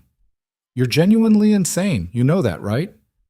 Probably, but I'd rather be insane with you than sane and alone. Eliza pulled him close, resting her forehead against his chest. This is going to be so complicated. Everything worthwhile is complicated. Your aunt will never accept it. I don't need her acceptance. I need yours. She pulled back enough to look at him, her expression caught between hope and fear. Then you have it, all of it, even though we're probably both making a terrible mistake. Definitely a terrible mistake. The worst. He kissed her then, not desperate like before, but certain, choosing her, choosing this, choosing to build something new instead of clinging to what was expected. When they broke apart, both breathless, Eliza smiled. We should probably check on Midnight. After yesterday's disaster, he's going to need reassurance. They walked to the stables together, not hiding their closeness, not pretending this was purely professional. The staff would notice. The remaining guests would notice. Word would spread to London by evening. Alaric found he didn't care. Midnight greeted them with a soft nicker, calmer than he'd been since the demonstration. Eliza slipped into the stall, running her hands over him, checking for injuries or signs of distress. He's all right, she said. Shaken, but all right. Like the rest of us. She smiled. Like the rest of us. Alaric watched her work, watched the horse respond to her with trust he'd once thought impossible, and felt something settle in his chest. Not quite peace. There was too much uncertainty ahead for peace. But purpose, maybe. Direction. Over the next few days, the aftermath of the review rippled through Thornfield and beyond. Mr. Havering delivered the official documentation declaring Alaric competent to manage the estate. Mrs. Perth spread word among neighboring families that the new Duke was addressing long-ignored problems. Tenants who'd been afraid to complain began coming forward with issues they'd silently endured for years. Lady Catherine left for London, but true to her word, her network remained active. Gossip about Alaric's unsuitable attachment to his horse trainer circulated through society. Some found it scandalous. Others found it refreshingly honest. The divide was sharp and clear. Those who valued appearances versus those who valued authenticity. Alaric discovered he preferred the latter group. He also discovered that running an estate properly was exhausting. The account irregularities Eliza had helped uncover were worse than initially suspected. The previous steward had been systematically skimming funds for nearly a decade, covering his tracks with falsified maintenance reports and inflated expense claims. Fixing the damage would take years and significant capital. But for the first time since inheriting, Alaric felt capable of handling it. 2 weeks after the review, he called a meeting of all Thornfield staff. They assembled in the main hall, uncertain what this unprecedented gathering meant. Alaric stood before them, no longer hiding behind the title or the role. Most of you have worked for Thornfield longer than I've been alive. You knew my father, my brother. You've watched this estate change hands and probably wondered if I had any idea what I was doing. He paused. The answer is no, I don't. Not completely. I'm learning as I go, making mistakes, trying to fix problems I didn't create but inherited anyway. The staff exchanged glances, clearly not expecting this level of honesty. But I want you to know something. I'm not my father. I'm not Edmund. I'm not going to pretend everything's fine when it isn't. I'm not going to prioritize appearances over actual problems. And I'm going to need your help, all of you, to make Thornfield what it should be. A place that takes care of the people who depend on it. A place that values competence over credentials, results over reputation. Mrs. Bramwell stepped forward. What exactly are you proposing, Your Grace? I'm proposing we start fresh. Anyone who's been covering up problems or cutting corners, you have one chance to come clean without consequences. After today, I'll be auditing everything personally, and I'm establishing a new system where tenants can bring complaints directly to me, not filtered through stewards or managers who might have reasons to hide issues. Garrett cleared his throat. And Miss Whitmore, sir? There's been talk about her position here, given the circumstances. Alaric met Eliza's eyes where she stood at the back of the room. She'd insisted on being present, but not prominent, still uncomfortable with attention. Miss Whitmore's position is secure for as long as she wants it. She's proven herself more valuable than half the credentialed professionals my aunt tried to replace her with. Anyone who has a problem with that is welcome to discuss it with me privately. No one spoke up. Good. Then let's get to work. We have years of neglect to undo, and it starts now. The meeting dispersed with a different energy than it had begun, uncertain still, but cautiously hopeful. Change was coming, whether everyone was ready for it or not. That evening, Alaric found Eliza in the stable as usual, but this time Midnight stood outside his stall, being groomed by Garrett, while two junior grooms watched and learned. "He's ready," Eliza said when Alaric approached. "Really ready, not for racing or showing or performing, but for living, for being a horse again instead of a monument to grief. And you? Are you ready? For what? For everything that comes next. The gossip, the judgment, the constant scrutiny of being associated with the scandalous Duke who chose compassion over propriety." She smiled. "I've been scandalous since I took over my father's business. This just makes it official." Alaric laughed, a real laugh, the kind he hadn't managed in months. "We're going to be terrible at meeting society's expectations. The absolute worst. And you're all right with that?" "Alaric." She turned to face him fully. "I've spent my entire life being told I should want something other than what I chose. A proper marriage, a conventional life, safety over passion. I'm done with should. I'd rather fail at something I chose than succeed at something I was forced into. Even if failure means losing everything. We already almost lost everything, and we survived together." She took his hand. "That's not nothing. That's actually everything." He pulled her close, right there in the stable where anyone could see, where gossip would definitely start if it hadn't already. "I love you. I know it's too soon to say it. I know it's complicated and messy, and probably inadvisable. I love you too." She said it simply, like stating fact. "I have for weeks. Since you first stood up to your aunt and chose Midnight over convenience. Since you started actually caring about the estate instead of just inheriting it. Since you became someone real instead of just someone titled." They stood like that, holding each other while evening shadows lengthened and the stable settled into quiet. Midnight approached, nudging Alaric's shoulder in what might have been approval or might have just been a request for treats. Probably both. Later, walking back to the manor together, Eliza stopped at the garden entrance. "Your aunt meant what she said. She'll be watching, waiting for us to fail, to provide ammunition for her next attack." "I know. So we can't fail. Or at least when we do fail, because we will, everyone does, we have to fail in ways that prove we're still trying, still growing, still becoming better than we were." Alaric pulled her close again, kissed her forehead. "We will. Together." "Together," she agreed. Above them, Thornfield's windows glowed with warm light. Inside, staff were preparing dinner, managing the daily routines that kept the estate functioning. Tomorrow would bring new challenges, new problems to solve, new pressures to resist. But tonight, standing in the garden with Eliza beside him and Thornfield solid at his back, Alaric felt something he hadn't experienced since before Edmund died. Hope. Not the naive kind that believed everything would work out perfectly, but the harder, more resilient kind that acknowledged pain and chose to move forward anyway, that accepted imperfection and built something real from it. The kind of hope that came from choosing love over fear, compassion over control, authenticity over appearances. The kind that lasted. The kind that lasted. 6 months passed like water finding new channels, not smoothly but persistently, carving paths where none had existed before. Thornfield changed in ways both visible and subtle. The tenant cottages received proper repairs, their leaking roofs finally sealed, their crumbling walls reinforced. The account books were audited thoroughly, the corrupt steward dismissed and replaced with someone Mrs. Bramwell personally vetted. The stables expanded to accommodate not just Thornfield's horses, but problem animals from neighboring estates, creatures other trainers had given up on, now finding second chances under Eliza's patient guidance. And through it all, Lady Catherine watched from London, her silence more unnerving than her attacks had been. "She's planning something," Robert said during one of his visits.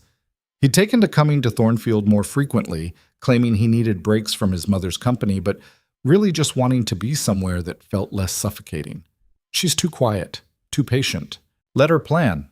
Alaric was reviewing tenant petitions in the library, a task that had become almost routine. We're doing everything right, managing the estate properly, addressing problems, building relationships with the community. What can she actually do? I don't know. That's what worries me. The answer came in early spring, delivered in an ornate envelope bearing the royal seal. Alaric stared at it across the breakfast table, his coffee growing cold. You going to open that, or just intimidate it into submission? Eliza asked. She'd taken to joining him for breakfast most mornings, propriety be damned.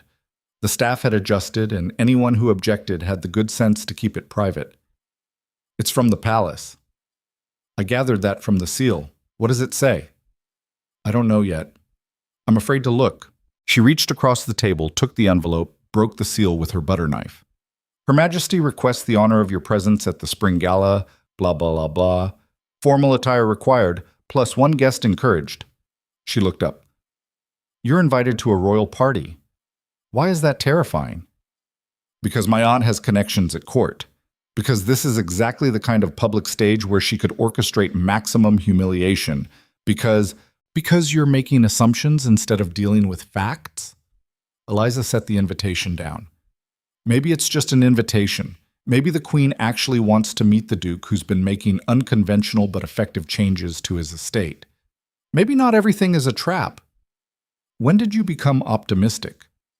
When I realized pessimism was exhausting and didn't actually protect me from anything. She returned to her breakfast. Are you going to go? I don't know. Probably should. Refusing a royal invitation is inadvisable. Then go. Show them the Duke you've become instead of hiding from who you used to be. Alaric studied her across the table, this woman who'd somehow become essential to his daily existence, who challenged him and supported him in equal measure, who made him want to be better than the title he'd inherited. Come with me. She paused mid-bite. What? To the gala. As my +1. My... whatever we're calling this. We're not calling it anything because we've both been too cowardly to define it. Then let's define it now, publicly, at the most visible social event of the season. He stood, moved around the table. I'm tired of hiding. Tired of letting other people's judgment dictate how I live. I want everyone to know, my aunt, the court, all of society, that you matter to me, that we matter. Eliza's expression cycled through surprise, fear, hope, and landed somewhere near terrified determination. That's not a small statement to make. I know. Your aunt will use it against you, proof that you're improper, unsuitable, too influenced by an inappropriate attachment. Probably. And you want to do it anyway? I want to stop pretending we're something we're not. I want to choose you publicly the way I've been choosing you privately for months. He took her hand. Unless you don't want that. If this is too much pressure, too much exposure, it's definitely too much of both those things. She stood, faced him. But I'm tired of hiding too. Tired of pretending I'm just the horse trainer when I'm so much more than that to you, to this place. She squeezed his hand. So yes, I'll go. I'll wear something completely inappropriate, probably offend half the nobility, and make your aunt apoplectic. It'll be terrible. The absolute worst. Can't wait. They kissed across the breakfast table, knocking over the cream jug, not caring about the mess. The weeks before the gala passed in a blur of preparation and anxiety. Mrs. Bramwell insisted Eliza needed a proper gown, something that would stand up to court scrutiny. Eliza resisted initially. She had her pride, her independence, but eventually surrendered when the housekeeper pointed out this wasn't about conforming, it was about armor. You're walking into battle, Mrs. Bramwell said firmly, and you don't go to war in work clothes. The dressmaker arrived from London, took measurements, asked questions about preferences that Eliza had never considered. The resulting gown was deep green silk, simple but elegant, designed to complement rather than compete. When Eliza saw herself in the mirror the night of the gala, she barely recognized the woman staring back. You look like you belong, Alaric said from the doorway. I look like I'm playing dress-up in someone else's life. You look like yourself, but elevated. There's a difference. He crossed to her, offered his arm. Ready? No, but let's go anyway. The journey to London was tense despite the comfortable carriage. They'd chosen to travel alone rather than bring staff, wanting these hours to be private before the public performance began. Eliza spent most of the trip staring out the window, watching countryside give way to city, her fingers worrying the fabric of her gown. "You can still change your mind," Alaric said quietly. "We could turn around right now, claim illness, send regrets. And let your aunt win? Not a chance." The palace was overwhelming even from the outside, all marble and gold and impossible scale, designed to make visitors feel small. Inside was worse. Crystal chandeliers threw light across polished floors, reflecting off mirrors that multiplied the crowd into infinity.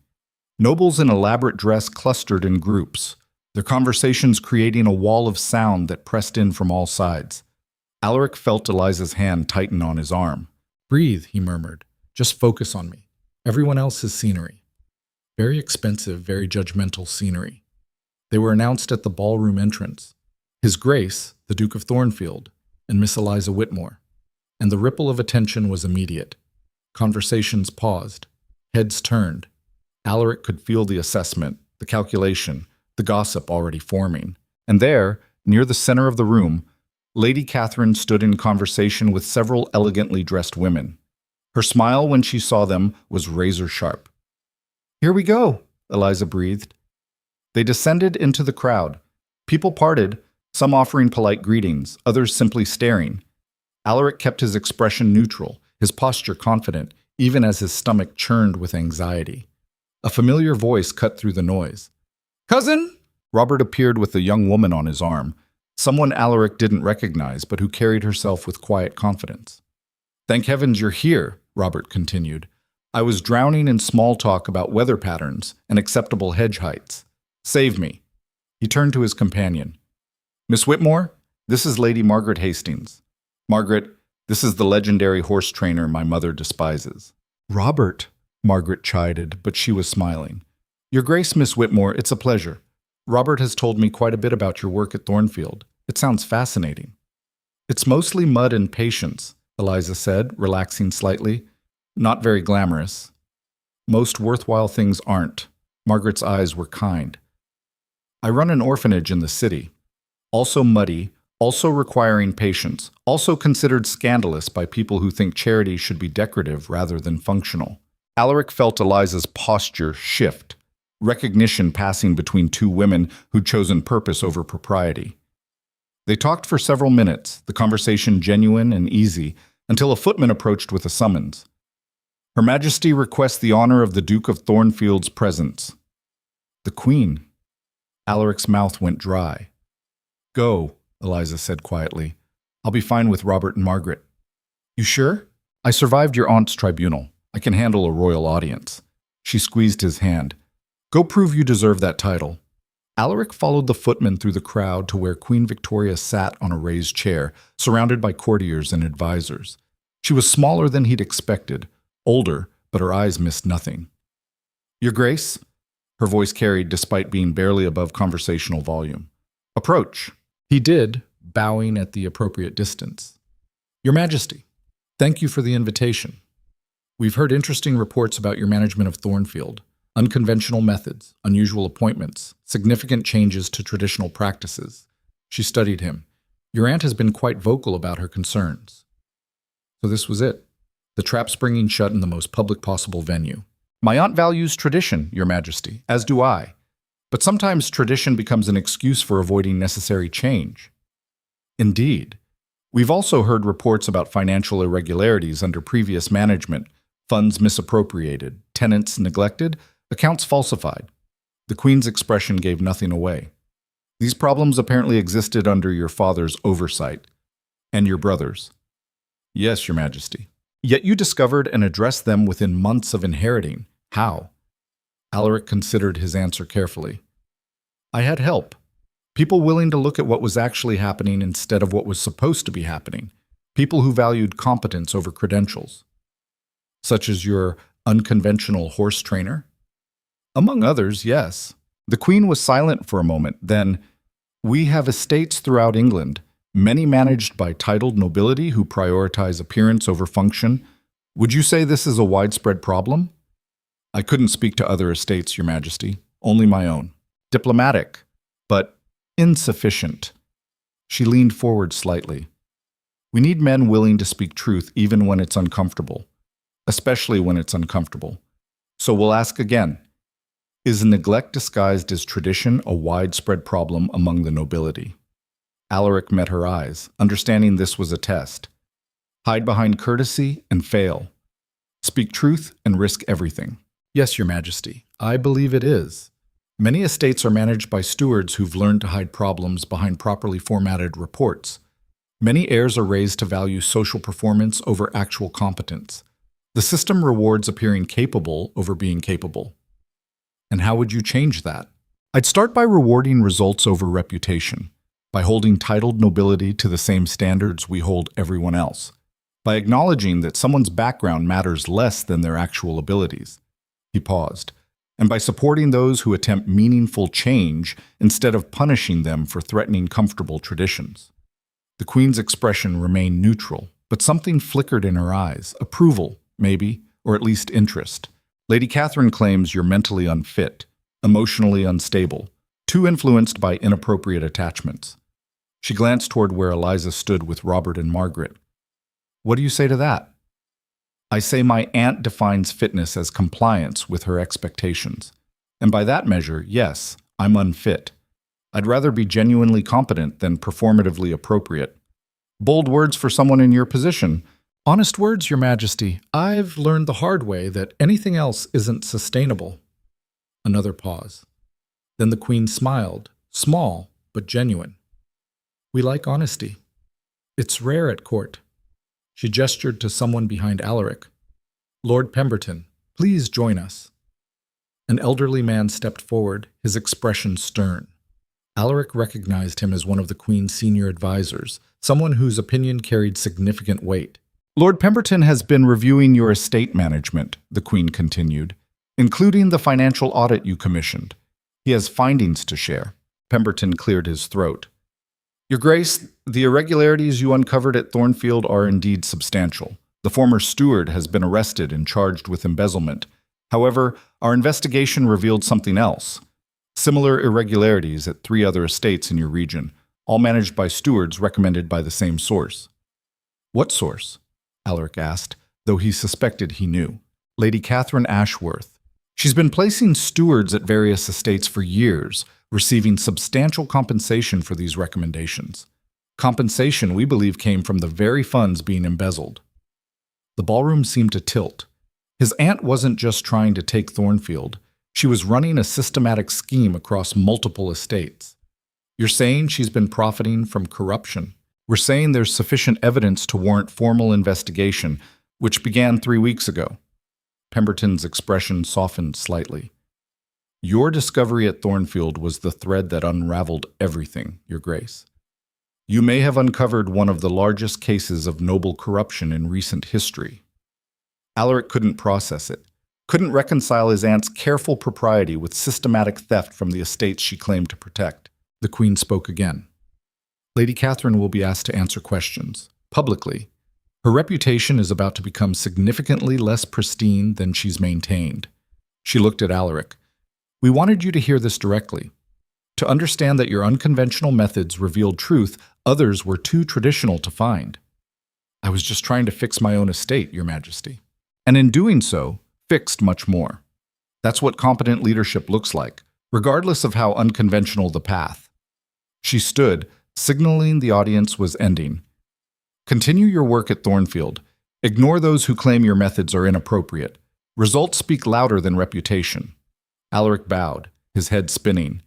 As he retreated through the crowd, he caught a glimpse of his aunt's face, pale, tight, aware something had shifted but not yet knowing how badly.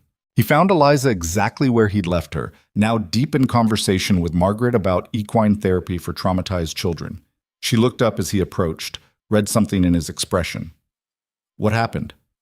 I'll explain later. Right now, I need air. They escaped to the palace gardens, away from the crowd and noise. In the relative quiet, surrounded by carefully manicured hedges, Alaric told her everything. Eliza listened, her expression shifting from shock to grim satisfaction. So your aunt's been stealing, for years, and she tried to destroy you for discovering her scheme. Apparently. That's actually perfect. The woman who called you unfit is about to be exposed as a criminal. She started laughing, not quite hysterical, but close. I know I shouldn't enjoy this, but watching her fall is going to be spectacular. She'll fight it, claim innocence, blame others, use every connection she has. Let her fight.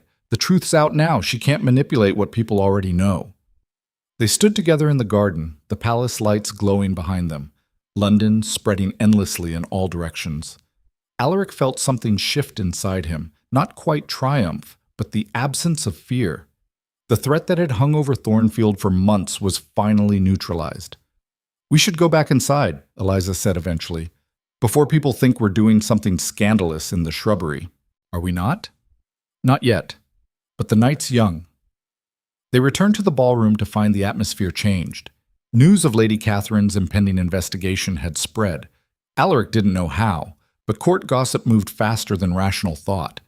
People who'd avoided him earlier now approached with congratulations and questions. His aunt had disappeared, likely realizing her presence was no longer advantageous. Robert found them near midnight, slightly drunk and genuinely happy. My mother just fled London. Didn't even pack properly. Just grabbed essentials and left. Her friends are pretending they barely knew her. He raised his glass. To family scandals that actually punish the right people for once. Robert, I'm sorry. Kiss. Don't be. She made choices. Now she's facing consequences. That's how it should work. He glanced at Margaret, who was speaking with some other guests. Besides, I'm discovering I quite like not living under constant judgment. Might take up permanent residence at Thornfield if you'll have me, as the non-criminal cousin. You're always welcome. The gala continued for hours, but Alaric and Eliza left early, exhausted by social performance and emotional whiplash. The journey back to Thornfield was quiet, both of them processing everything that had happened. Things are going to change, Eliza said as the manor came into view at dawn. People will see you differently now. The Duke who exposed corruption, who proved competence matters more than pedigree. I don't want to be celebrated for doing what should be normal. Too bad. You set a standard. Others will be measured against it. She looked at him. That's leadership, whether you wanted it or not. Over the following weeks, the investigation played out publicly. Lady Catherine's network of corruption was exposed in thorough, embarrassing detail. Several stewards were arrested. Multiple estates began their own audits. The scandal dominated London gossip for months. Through it all, Thornfield continued its quiet transformation. The tenant community grew stronger, more vocal, more willing to participate in estate decisions.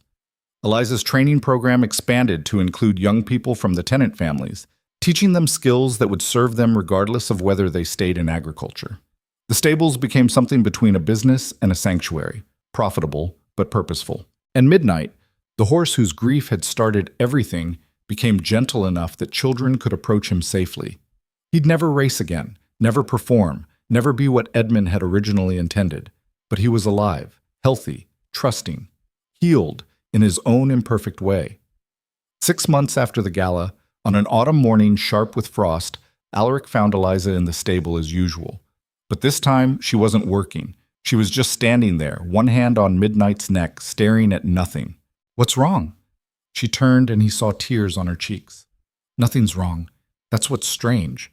I keep waiting for disaster, for your aunt to resurface, for something to go wrong, for this all to fall apart. But it's not. We're just living, building something, being happy. She laughed wetly. I don't know how to exist without crisis. Neither do I. Alaric moved beside her, took her other hand. But maybe that's what healing looks like. Learning to exist in peace instead of just surviving chaos. Is that what we're doing? Healing? I think so, slowly, imperfectly. He squeezed her hand. With setbacks and mistakes and moments where we have no idea what we're doing. Sounds messy. Everything worthwhile is messy. Eliza wiped her eyes, laughing again. When did you become wise? I'm not wise. I'm just paying attention to what you've been teaching me for months. She kissed him then, soft and certain, tasting like salt in relief and tentative joy. When they pulled apart, Midnight nudged between them, jealous or affectionate or just wanting attention. They laughed, including him in their small circle, 3 damaged creatures learning to trust again. Marry me, Alaric said suddenly. Eliza froze. What? Marry me. Make this official. Stop pretending we're anything other than completely committed to each other. That's possibly the worst proposal I've ever heard. It's the only one I have. I'm not good at romance or grand gestures, but I'm good at showing up, at choosing you every day, at building something real even when it's difficult. He took both her hands. So marry me. Deal with my terrible proposals and my aunt's legacy and the constant work of running an estate that will never be perfect. Be messy and imperfect and real with me for however long we have.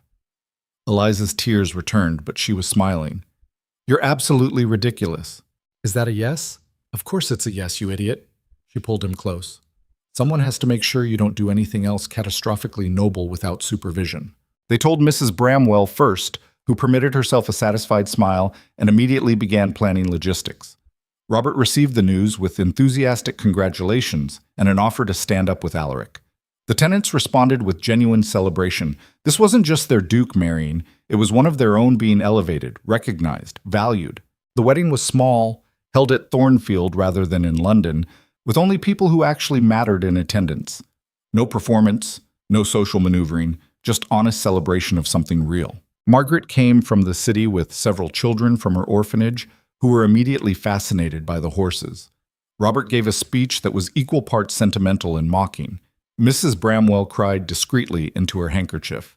Garrett and the stable staff hung lanterns throughout the grounds, transforming Thornfield into something magical. And Midnight, wearing ribbons braided into his mane by tenant children, stood calm and present, a living reminder of how far they'd all come. As the sun set on their wedding day, Alaric and Eliza stood together on the manor steps, watching their unlikely family celebrate below. The estate spread around them, still imperfect, still requiring work, but undeniably theirs. No regrets? Alaric asked. Hundreds, but none about this. Eliza leaned into him. We chose the hard path, the messy one, the one nobody expected. And it was worth it. Every difficult moment, every judgment, every risk, all of it. She looked up at him. We built something real from grief and trauma and impossible circumstances. That's not nothing. That's everything. Below them, someone started music. People began dancing, their movements unpracticed but joyful. Midnight watched from his paddock, surrounded by children who weren't afraid of him, who saw him as proof that broken things could be whole again in different ways. Alaric thought about Edmund, who'd died trying to be perfect, about his father, who'd valued appearances over everything, about Lady Catherine, whose desperate grab for control had destroyed her reputation, about all the ways people lost themselves trying to meet impossible standards. And he thought about choosing differently, about building something imperfect but honest, about loving someone who saw him as Alaric first and Duke second, about creating a life that valued growth over perfection, compassion over control, authenticity over performance. Dance with me, Eliza said, pulling him toward the celebration. I'm terrible at dancing. I know, but you're good at trying, and that's enough. They descended into the crowd, into the warmth and music and imperfect joy of community. Alaric stepped on Eliza's feet twice. She laughed and didn't care. Someone started singing, off-key but enthusiastic. Children chased each other through the gardens. The evening air filled with the sounds of people choosing happiness over propriety, connection over isolation, messy reality over polished performance. And somewhere in London, in a house that felt too large and too empty, Lady Catherine sat alone with her disgrace, learning too late that control built on lies always crumbles eventually. But at Thornfield, under stars just beginning to emerge, Alaric held his wife close and felt something he'd never quite managed before. Not just peace, but belonging. Not despite the imperfections and struggles, but because of them. Because building something real required acknowledging damage and choosing to heal anyway. Required vulnerability and risk and the courage to be seen as you actually were instead of as you were supposed to be. Required trust. Years later, when people asked about the Duke of Thornfield and his unusual Duchess, the stories would emphasize the scandal, the horse trainer who'd married above her station, the Duke who'd defied tradition, the corruption exposed and reputations destroyed. But those closest to them knew a different truth. They knew about quiet mornings in the stable, teaching the next generation of trainers. about tenant meetings where everyone's voice mattered, regardless of status, about midnight growing old peacefully, surrounded by the children he'd once terrified, gentle in his final years. They knew about arguments and reconciliations, about mistakes made and forgiven, about the daily work of choosing each other when choosing would have been easier to abandon. They knew about Alaric learning to lead by admitting uncertainty, and Eliza learning to accept help while maintaining independence, and both of them discovering that strength came from acknowledging vulnerability rather than hiding it. They knew that perfection was neither possible nor necessary, that broken things could heal into different shapes, that grief transformed but didn't disappear, that love required choosing repeatedly, every day, even when, especially when, it was difficult. And they knew that sometimes the most radical act was simply being honest, choosing authenticity over appearance, valuing what worked over what looked good, building something imperfect but real, and defending it against those who couldn't understand that imperfection was the whole point. On their 10th anniversary, Alaric and Eliza stood in the same garden where they'd returned from the palace gala, where everything had shifted. Thornfield had changed again. New cottages built, old systems improved, the next generation taking on more responsibility, but some things remained constant. "Do you ever miss it?" Eliza asked. "The simplicity of before, when it was just you and grief and no responsibilities?" "No, that wasn't simplicity. That was just emptiness, pretending to be peace. And this? What's this?" Alaric looked at the estate they'd transformed together, at the community they'd built, at the woman who'd taught him that healing was possible if you were brave enough to try. "This is complicated and messy and requires constant work, and it's exactly what I'd choose every single time." She smiled, took his hand. "Good answer." They walked back toward the manor, where dinner was waiting and staff had long since become family, where imperfection was expected and growth was celebrated, where every day brought new challenges but also new opportunities to choose authenticity over performance, where broken things learned to trust again, where grief transformed into something gentler, where love grew quietly in the spaces between grand gestures, steady and imperfect and enduring, where they'd built a life worth living, one honest choice at a time. And in the stable, midnight rested peacefully. An old horse who'd survived trauma and learned to trust again, proof that even the most damaged hearts could heal if given patience, compassion, and the courage to remain vulnerable. The quiet bond they'd forged between horse and trainer, between duke and commoner, between broken pieces learning to be whole in new ways, had transformed not just Thornfield, but everyone it touched. It had proven that choosing love over fear, connection over isolation, authenticity over performance, wasn't weakness. It was the only real strength that lasted.